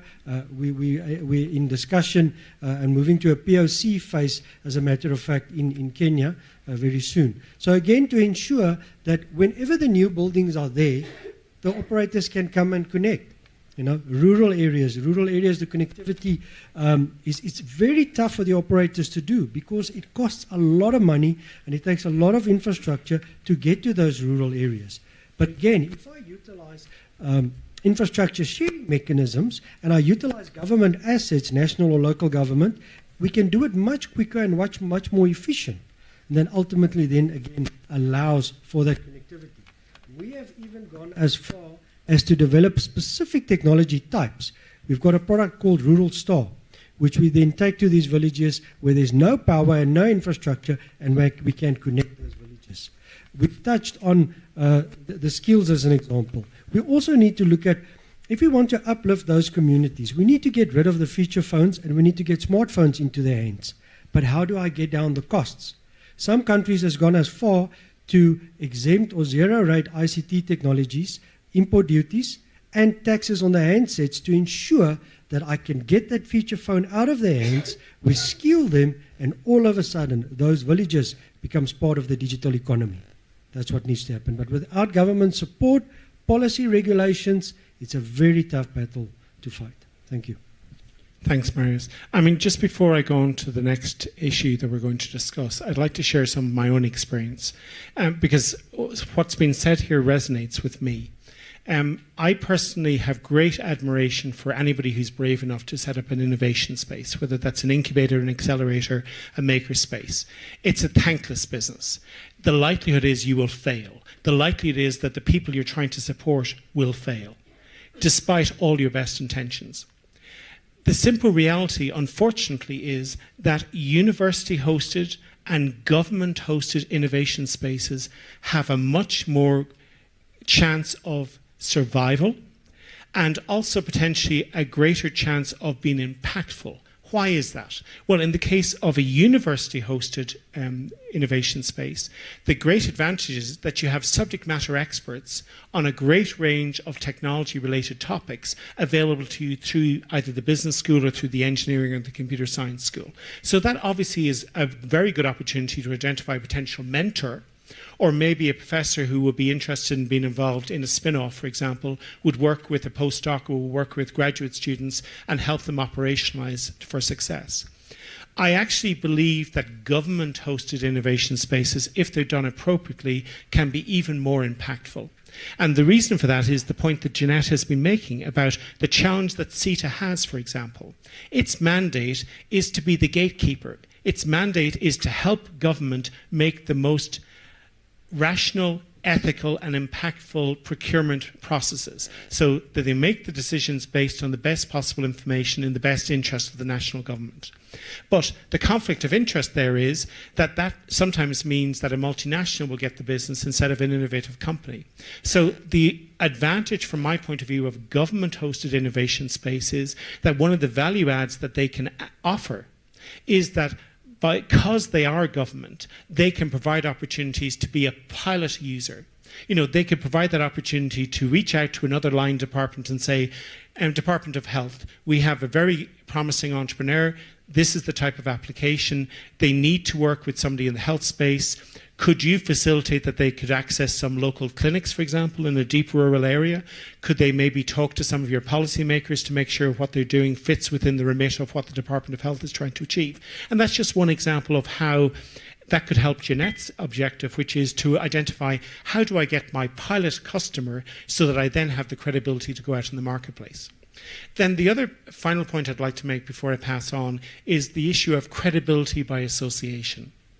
You know, if you have a mentor who has credibility in the marketplace, whether it's somebody from industry or whether it's somebody from academia or somebody from government, they can open doors.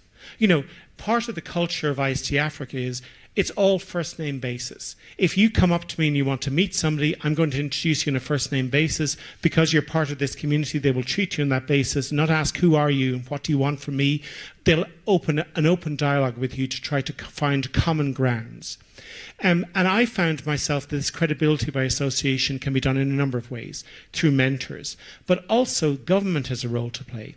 So when I came out of business school, and I come from Ireland, it was extremely difficult to get risk capital, and it still is challenging, but at the time my choices were go and work for a multinational or an international consultancy firm, go to work for a corporate finance outfit in London, which is where most of my peers ended up going, or go to the States because I got funding in the States. I wanted for family reasons to stay in Ireland as long as I could. So I was fortunate that I built a relationship with Enterprise Ireland, which is our national development agency in Ireland. They investigated what I was talking about. They looked at, you know, the underlying evidence that I provided. They were willing to take a chance on me. They gave me a grant package. They gave me a basic equity conversion package. And that gave me the credibility that then I could go and talk to banks I got my first corporate credit card, which was how I started to access finance, was by getting a corporate credit card that was guaranteed by the bank based on the credibility of the government being willing to provide what was at the time quite a generous package for somebody who was starting from a concept. And then I proposed a project to the European Commission, which was funded. So that gave me a multi-million euro contract. So that was my first contract, a multi-million euro contract with the European Commission. So it just shows you that government can play a key role.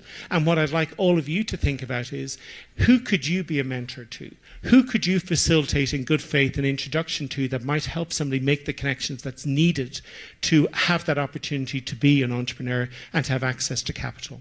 Okay, so that's something for you to think about. And again, I would encourage you to talk amongst yourselves, but also talk to the panelists over the next couple of days to explore some of these opportunities.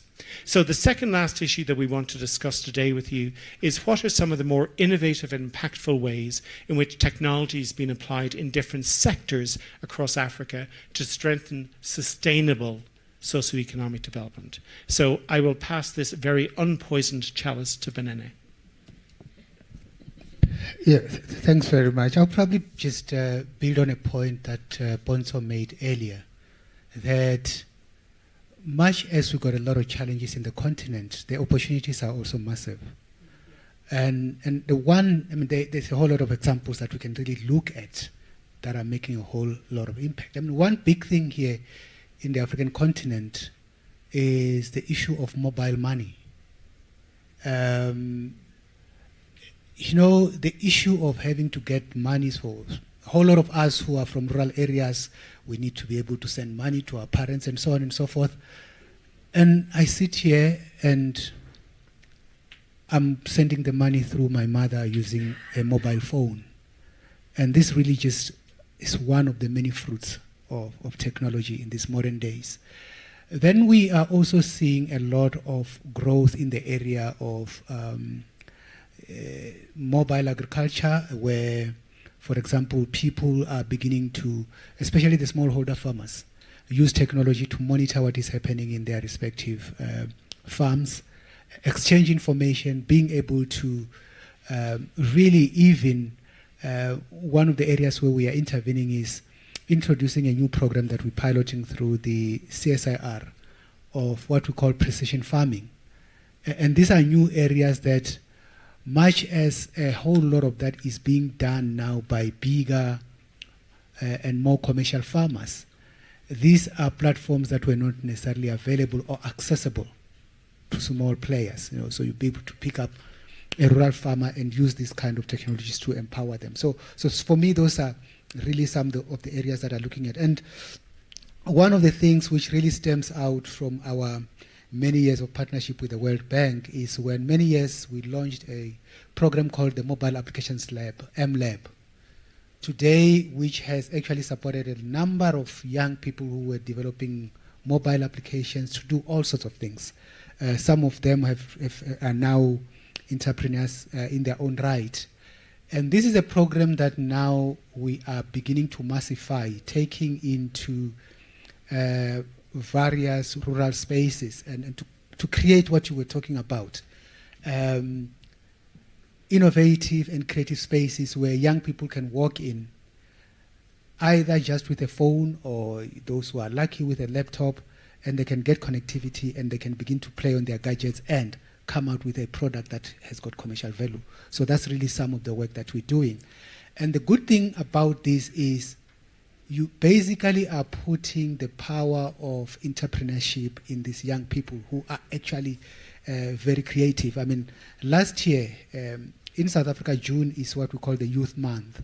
Last year, we had partnered with the Department of Tourism, and we had supported, I think it was about 15 young people to develop their own businesses using just simple ICT technologies. And out of that, when we officially handed over or graduate them last year, we had young people who have come up with business ideas, not ideas, actually businesses that were running, looking at tourism in rural areas, tourism in the townships. Some of them were bordering the areas such as our national parks, and they were already partnering with the parks in terms of using their platforms to really grow the participation even by locals in the tourism sector. So those opportunities are there, but we need to enable them in government, and we are trying to do that, and as I've indicated, through these various programs. So we are starting to see a whole lot of that.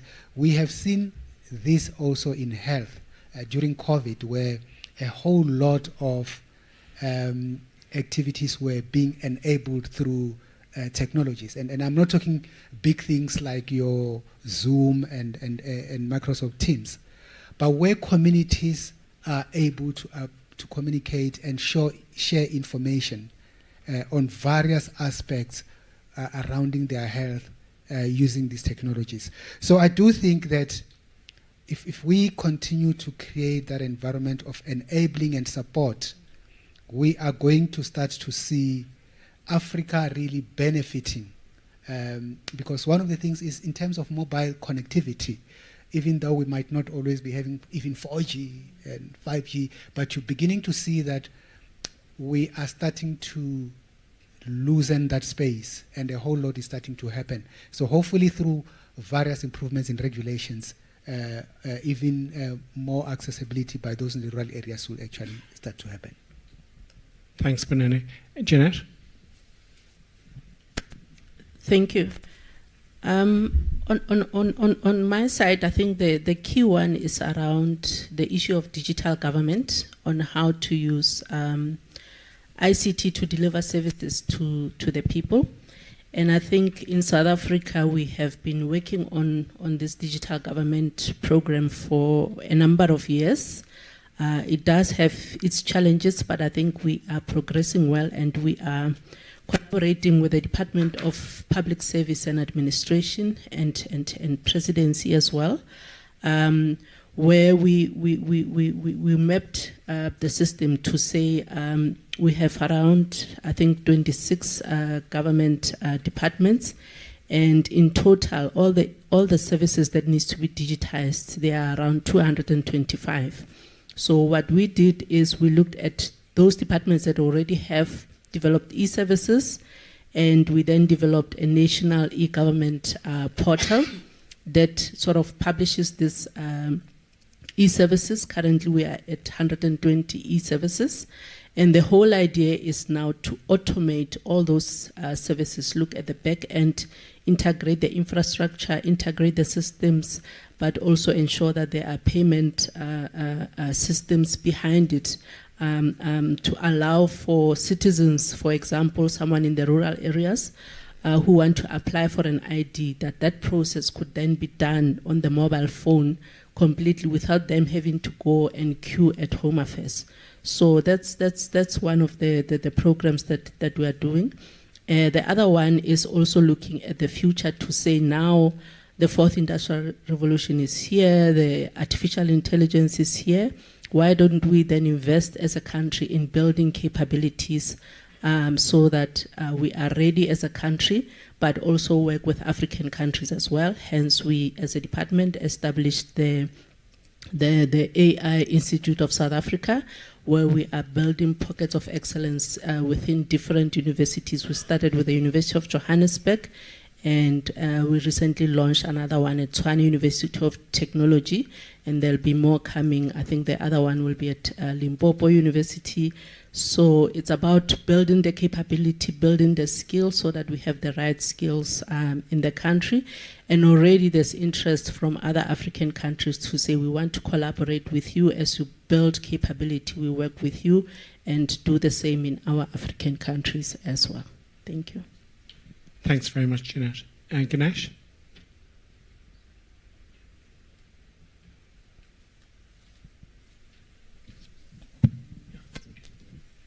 Thanks.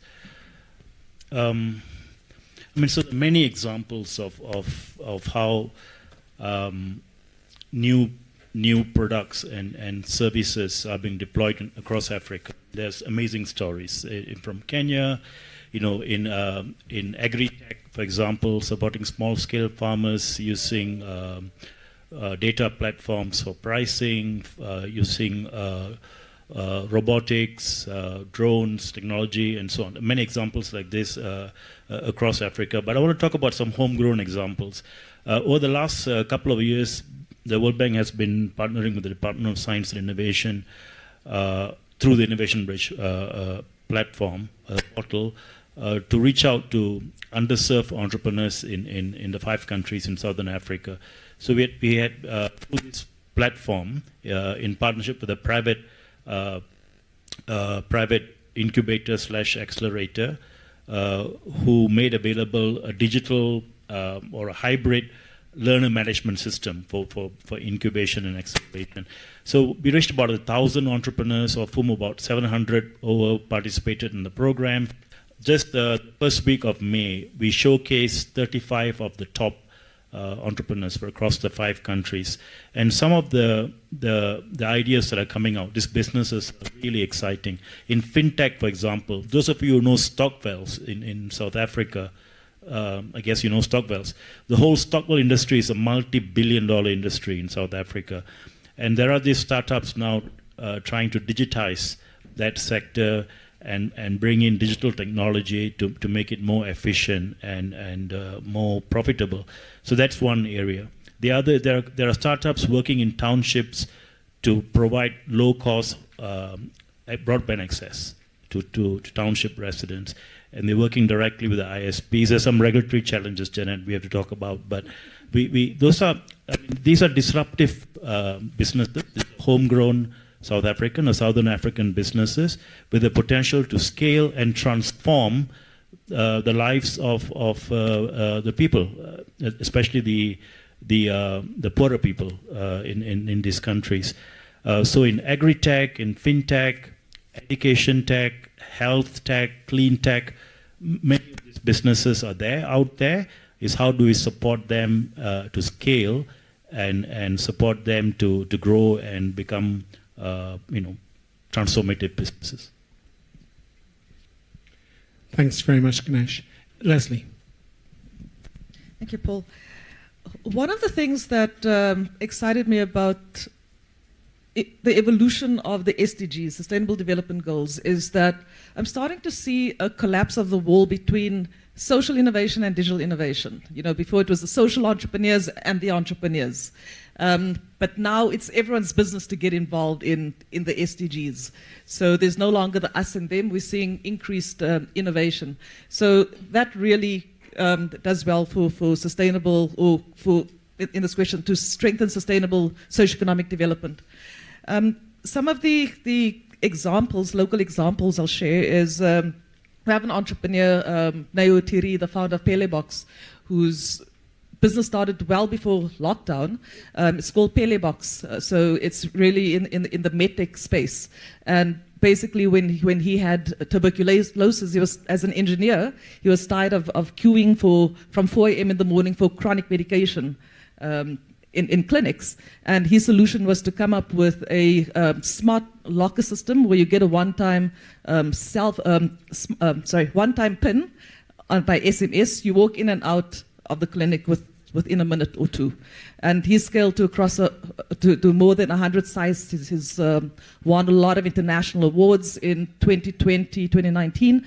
Time magazine named it as one of the top 100 inventions in the world, right out of Johannesburg. We've got Sisanda Tech that's using really interesting, creative ways of applying augmented reality in townships to teach kids biology. So it's a new lens in education where you can look at what's happening behind the ribcage or behind the construction of an eye. And suddenly this becomes accessible to kids that usually aren't part of these opportunities. And then I look at the gift of the pandemic. Sometimes I need to frame it like that. Again, like I said earlier on, we saw that we needed to produce our own solutions. Our makerspace converted Tshimologong Precinct to a production site for PPE. And we've got 5 buildings downtown Joburg, so there's a lot of space. We could scale up really fast. UNDP saw what we're up to. They came to us with a few problem statements. We ran makeathons to look at how do we contextualize their problems or the solutions that they had to a South African context. They went out to market, validated it for the solutions, and the entrepreneurs converted those to businesses. The mining sector saw what we were up to. Sibanye Mines then donated a massive laser cut, and we started producing for the mining sector. So suddenly we had entrepreneurs who would have lost all their income sitting at home during lockdown. They were able to come to work, produce, and innovate. The final two examples I'll give is, the one is, I work with Insimolokong. First, we look at the intersection of hardware, software, and content. And from a content perspective, we do animation, gaming, VR, AR, XR. I won't get into detail of that tech.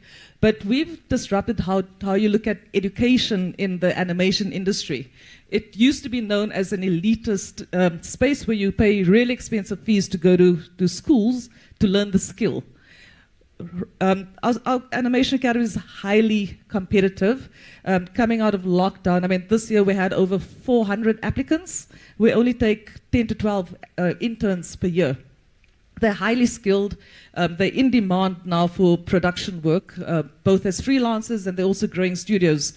Netflix has invested in a number of our alumni to go do their masters in Paris over the last 2 years. Our founding art director is creating an original Disney film. That should be out in Disney Plus in the next few months. But the gift of the pandemic is that these guys sat at home and they focused on their work. We refined their skills. There was continuity and growth of the industry in South Africa as a result of the pandemic.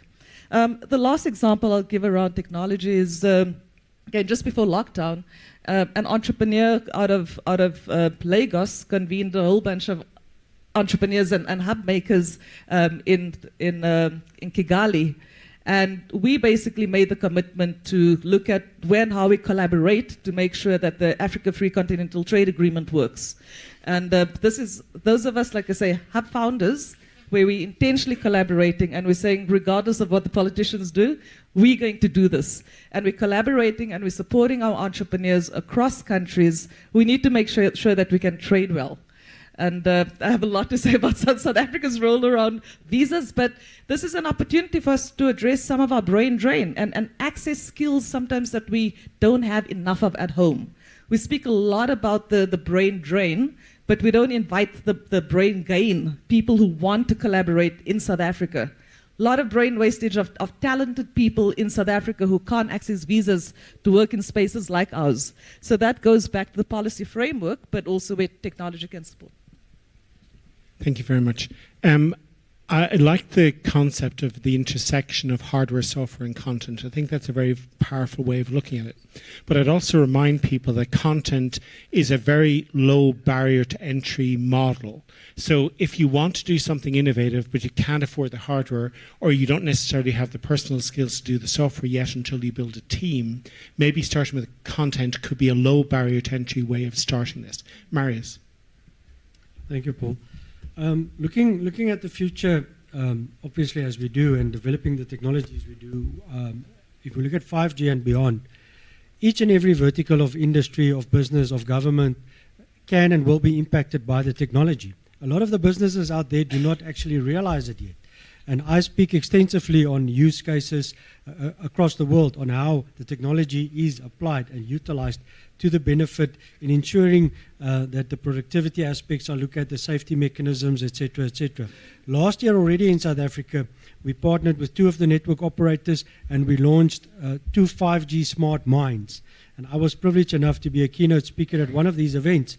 And speaking to the people on the ground and seeing at the real world impact that the technology makes in that environment was astonishing for me. Because I speak about it a lot, but I don't see it a lot.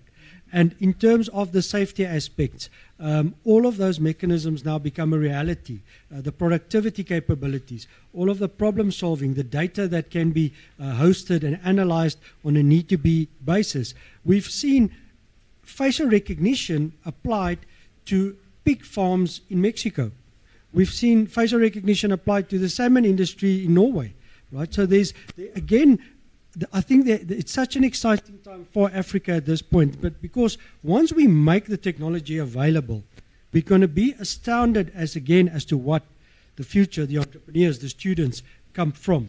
And they show us what can actually be done. And that's what's exciting to me. Yes, we've got the use cases, and we can apply it, we can guide, we can equip, but I'm waiting to see what Africa is going to do with this moving forward once the technology is available. Thank you.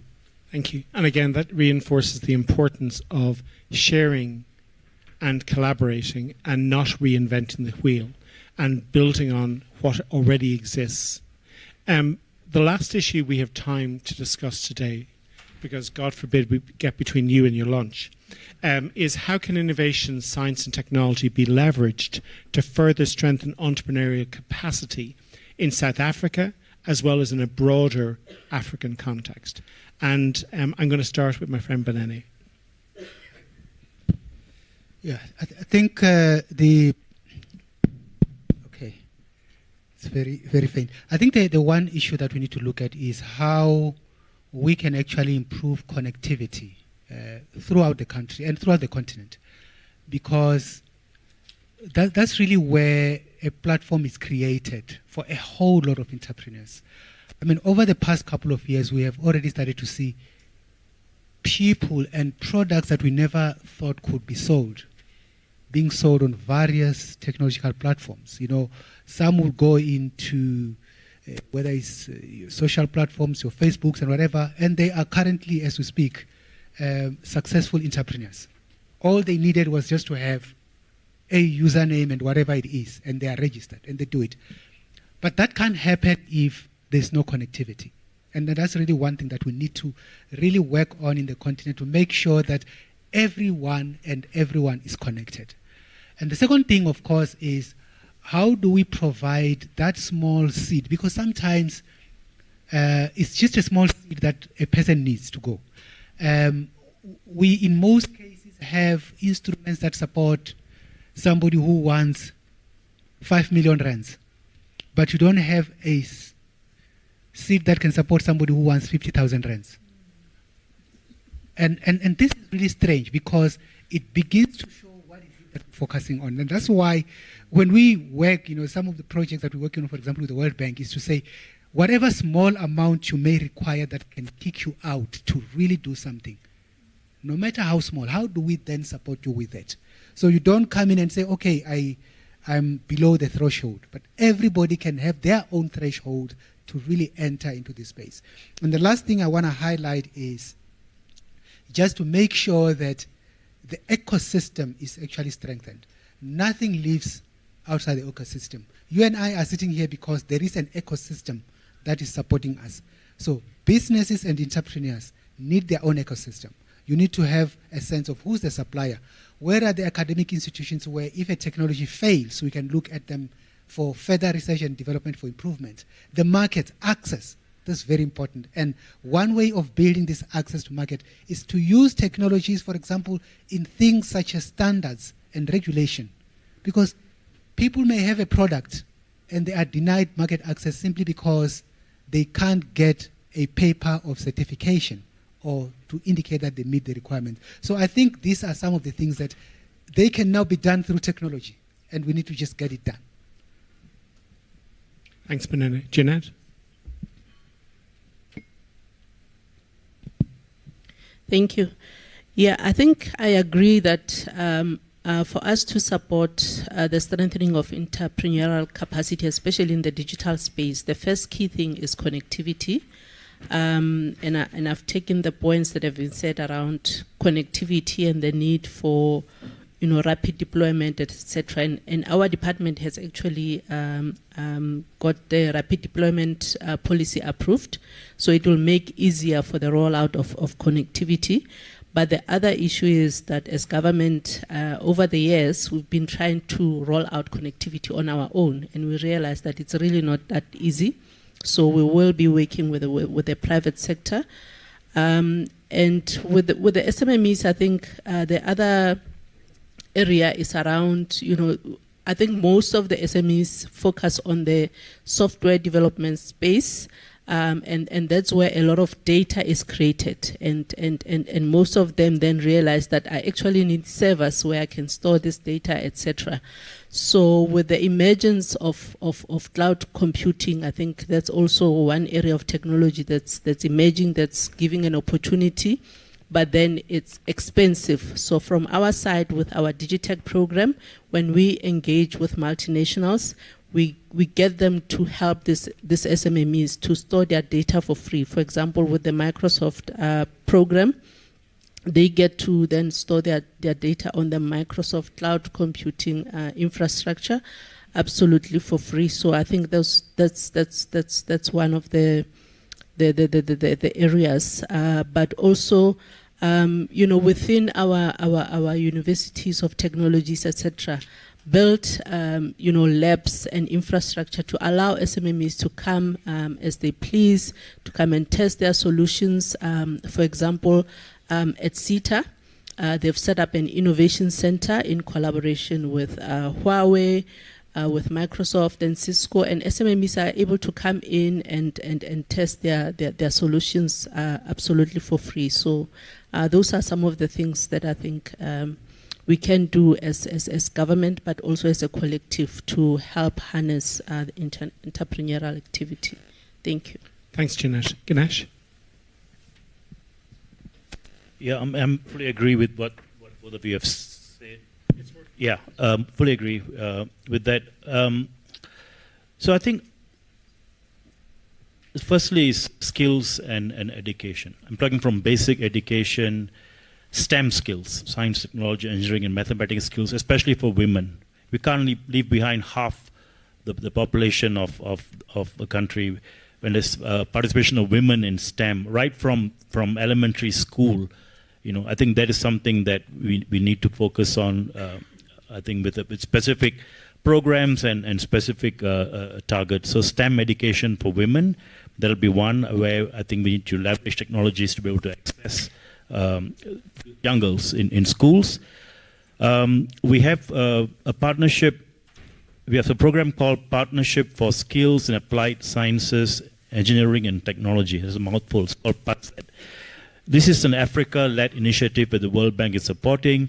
This is to build capacity in universities and research institutions across Africa. It's being led by a few countries. It's about 10 years old now, PASET. It was led by Ethiopia, Senegal, and a couple of other countries. South Africa could play a huge role in PASET. I think that's an immediate opportunity. But I want to talk about bringing the innovation, science, and technology ecosystem to the communities, because I've seen in South Africa, for example, those of you who know R Labs, Reconstructed Livelihoods. So R Labs runs programs in townships for township youth, high-risk township youth, and they work with youth. This youth who are from the community, they're embedded in the community, they enjoy the support of the community. It's a homegrown initiative. And they're super successful. If you look at their numbers, they're training all these young people. Some of them have developed their own startups, are doing really well. Others have learned digital skills and are getting jobs. And now that model is being rolled out in 5 townships across South Africa. It's called the D-Labs initiative. I mean, to me, those kind of I guess yours is similar too. It's embedded within the community. We need to bring the best of the ecosystem of the IST to these communities and work with them and build it from bottom up. I mean, I think I've seen that work and it's super exciting. Thanks, Ganesh. Ponso? Thanks. I mean, I think that how you strengthen entrepreneurial capacities, that you allow these talented people, firstly, to have access to information, because I think that's one of the things that's already been mentioned. But you also need to make sure that they have, government now, we have a lot of data that is their way of capturing this data. So use the data to understand where the gaps are. Let it inform new policies, where investments should go, because unless we do that, all these things remain sporadic for the longest time. But I think also just the ability to have the patience. I do find that we start projects in South Africa and then, people don't see results in 2-3 years and they think it's not working. I think you made the example. And we say this all the time. People see a product in the market and people talk about, oh, so quickly. No, it didn't start 2 years ago. It actually, the idea, the development started much longer than that. I think we've had the privilege of what I call a proper testing lab, because we had to build a telescope that works. We were not just doing development with the hope that we'll build something in future. We had to build something that works. It's created a vibrant lab that has led to real solutions that we've already pre-tested. So we know that our compute infrastructure works. We know that our storage solutions work. And now actually the people who build those solutions for us have now gone on. They are developing cost-effective cloud compute solutions, so we must talk. They are developing, now we know that we have to refresh our archives, so they're already developing a tape storage, that is, again, cheaper, open source, of the shelf components. And the more we can just allow then those solutions to be implemented elsewhere, it allows for people to build confidence in the fact that entrepreneurship can be developed in a place like South Africa, or Africa as well. Thank you very much indeed. Leslie? Thank you. I first want to invite Ganesh to consider STEAM. Don't forget the arts and creativity that also comes into play, and these are the touch points of collaboration between us and our labs, the conversation that Marlon and I are also pushing out. So it's a little provocation. I want to focus my closing comments on entrepreneurial capacity in rural and peri-urban or township economies. And because it is important, and I think, for all the reasons also Marius mentioned earlier and Paul and a few other speakers. But I also want to challenge those of us who are running skills development spaces and incubators. I think quite often we tempted to take along our curriculum we developed in the city and take it to a rural context, where it's not applicable, it's not contextually relevant. And sometimes it's because we saying yes to the money from the funders who are saying, go run a course on blockchain or machine learning, which is not necessarily relevant. Well, let me not say it's not relevant. It's not the right starting point. When I look at theories like bricolage, it makes you consider, or it puts emphasis on looking at what resources already exist in your environment. What resource, what material can you reuse or upcycle and use in a new innovative way? When we have the starting point with communities, where you look at what are the local problems that you're having, what are the resources we have at our disposal, and invest in that, then technology starts becoming exciting and alive. And I'm especially saying this because in the early 2000s, when computers were rolled out at schools, we started seeing schools locking up computers and computer labs because they didn't want to break it. So it becomes dusty and also outdated software. We're seeing the same happen with maker spaces now, because this is the latest trendy thing that you must have. When you do it properly, and these spaces are important, it becomes alive and it becomes relevant. I think of one of our entrepreneurs, Umpo, we call him Mr. Robot. You can actually Google him, he's been featured on CNN. He comes from Limpopo. He used to create robots from electronic waste and trash. He's now based in our makerspace and does, his work before was sophisticated, but now he's got different kind of tooling and he's advanced that. So when Umpo comes with us back into Limpopo, he's training, and it again becomes contextually relevant in terms of onboarding the local community. I also want to touch on the point around infrastructure.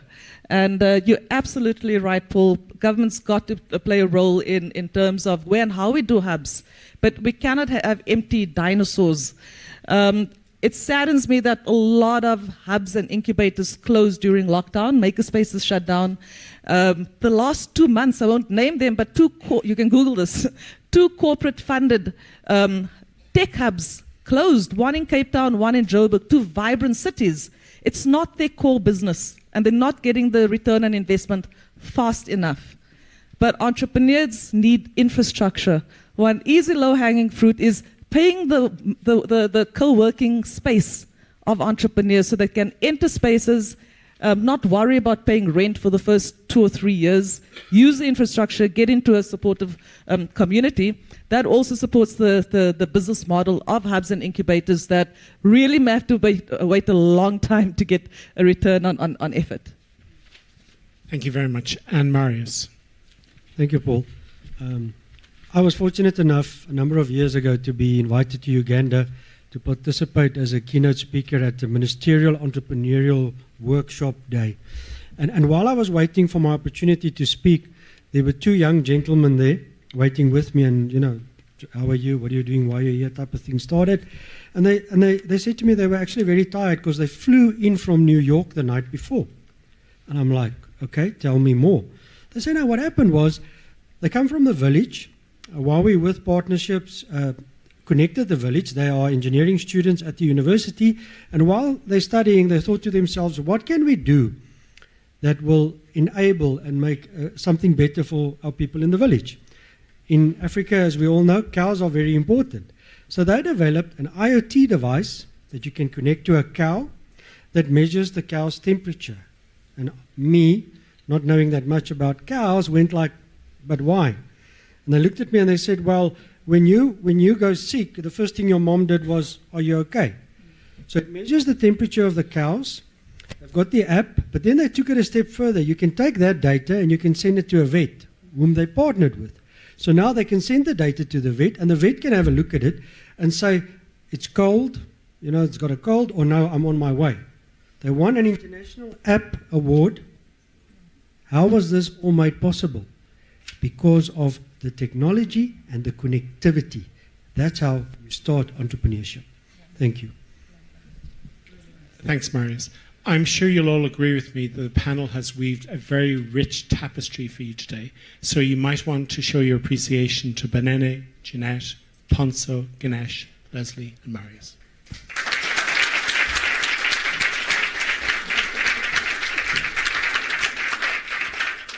I have a little bit of housekeeping before I release you to feed yourselves, at least feed your stomachs. I hope this fed the mind. The scientific program starts at 2 o'clock. Okay? I would strongly request that all presenters are in their respective session rooms no later than 15 minutes beforehand. Your presentation, yes, is on the laptop, but we just want to make sure everything's working correctly. You meet your moderator, you meet your colleagues so that you can have the kind of rich conversation and discussion that we've had here today. So the e-health track takes place in Amethyst. Societal implications of technology track is in the Emerald Room. Next generation technologies, including blockchain, will be the focus of discussion in the Crystal and Garnet Room. And then cybersecurity track takes place in the Onyx Room. You will be fed, at least your stomachs will be fed, if you go outside and turn left into the exhibition area.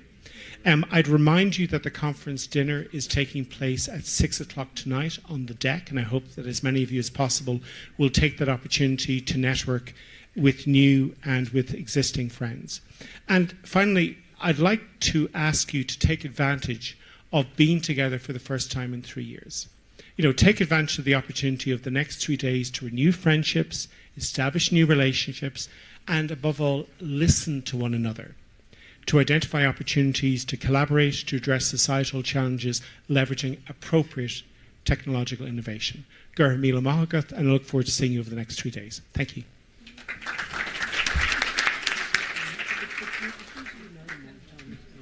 Thanks, guys. You were fabulous.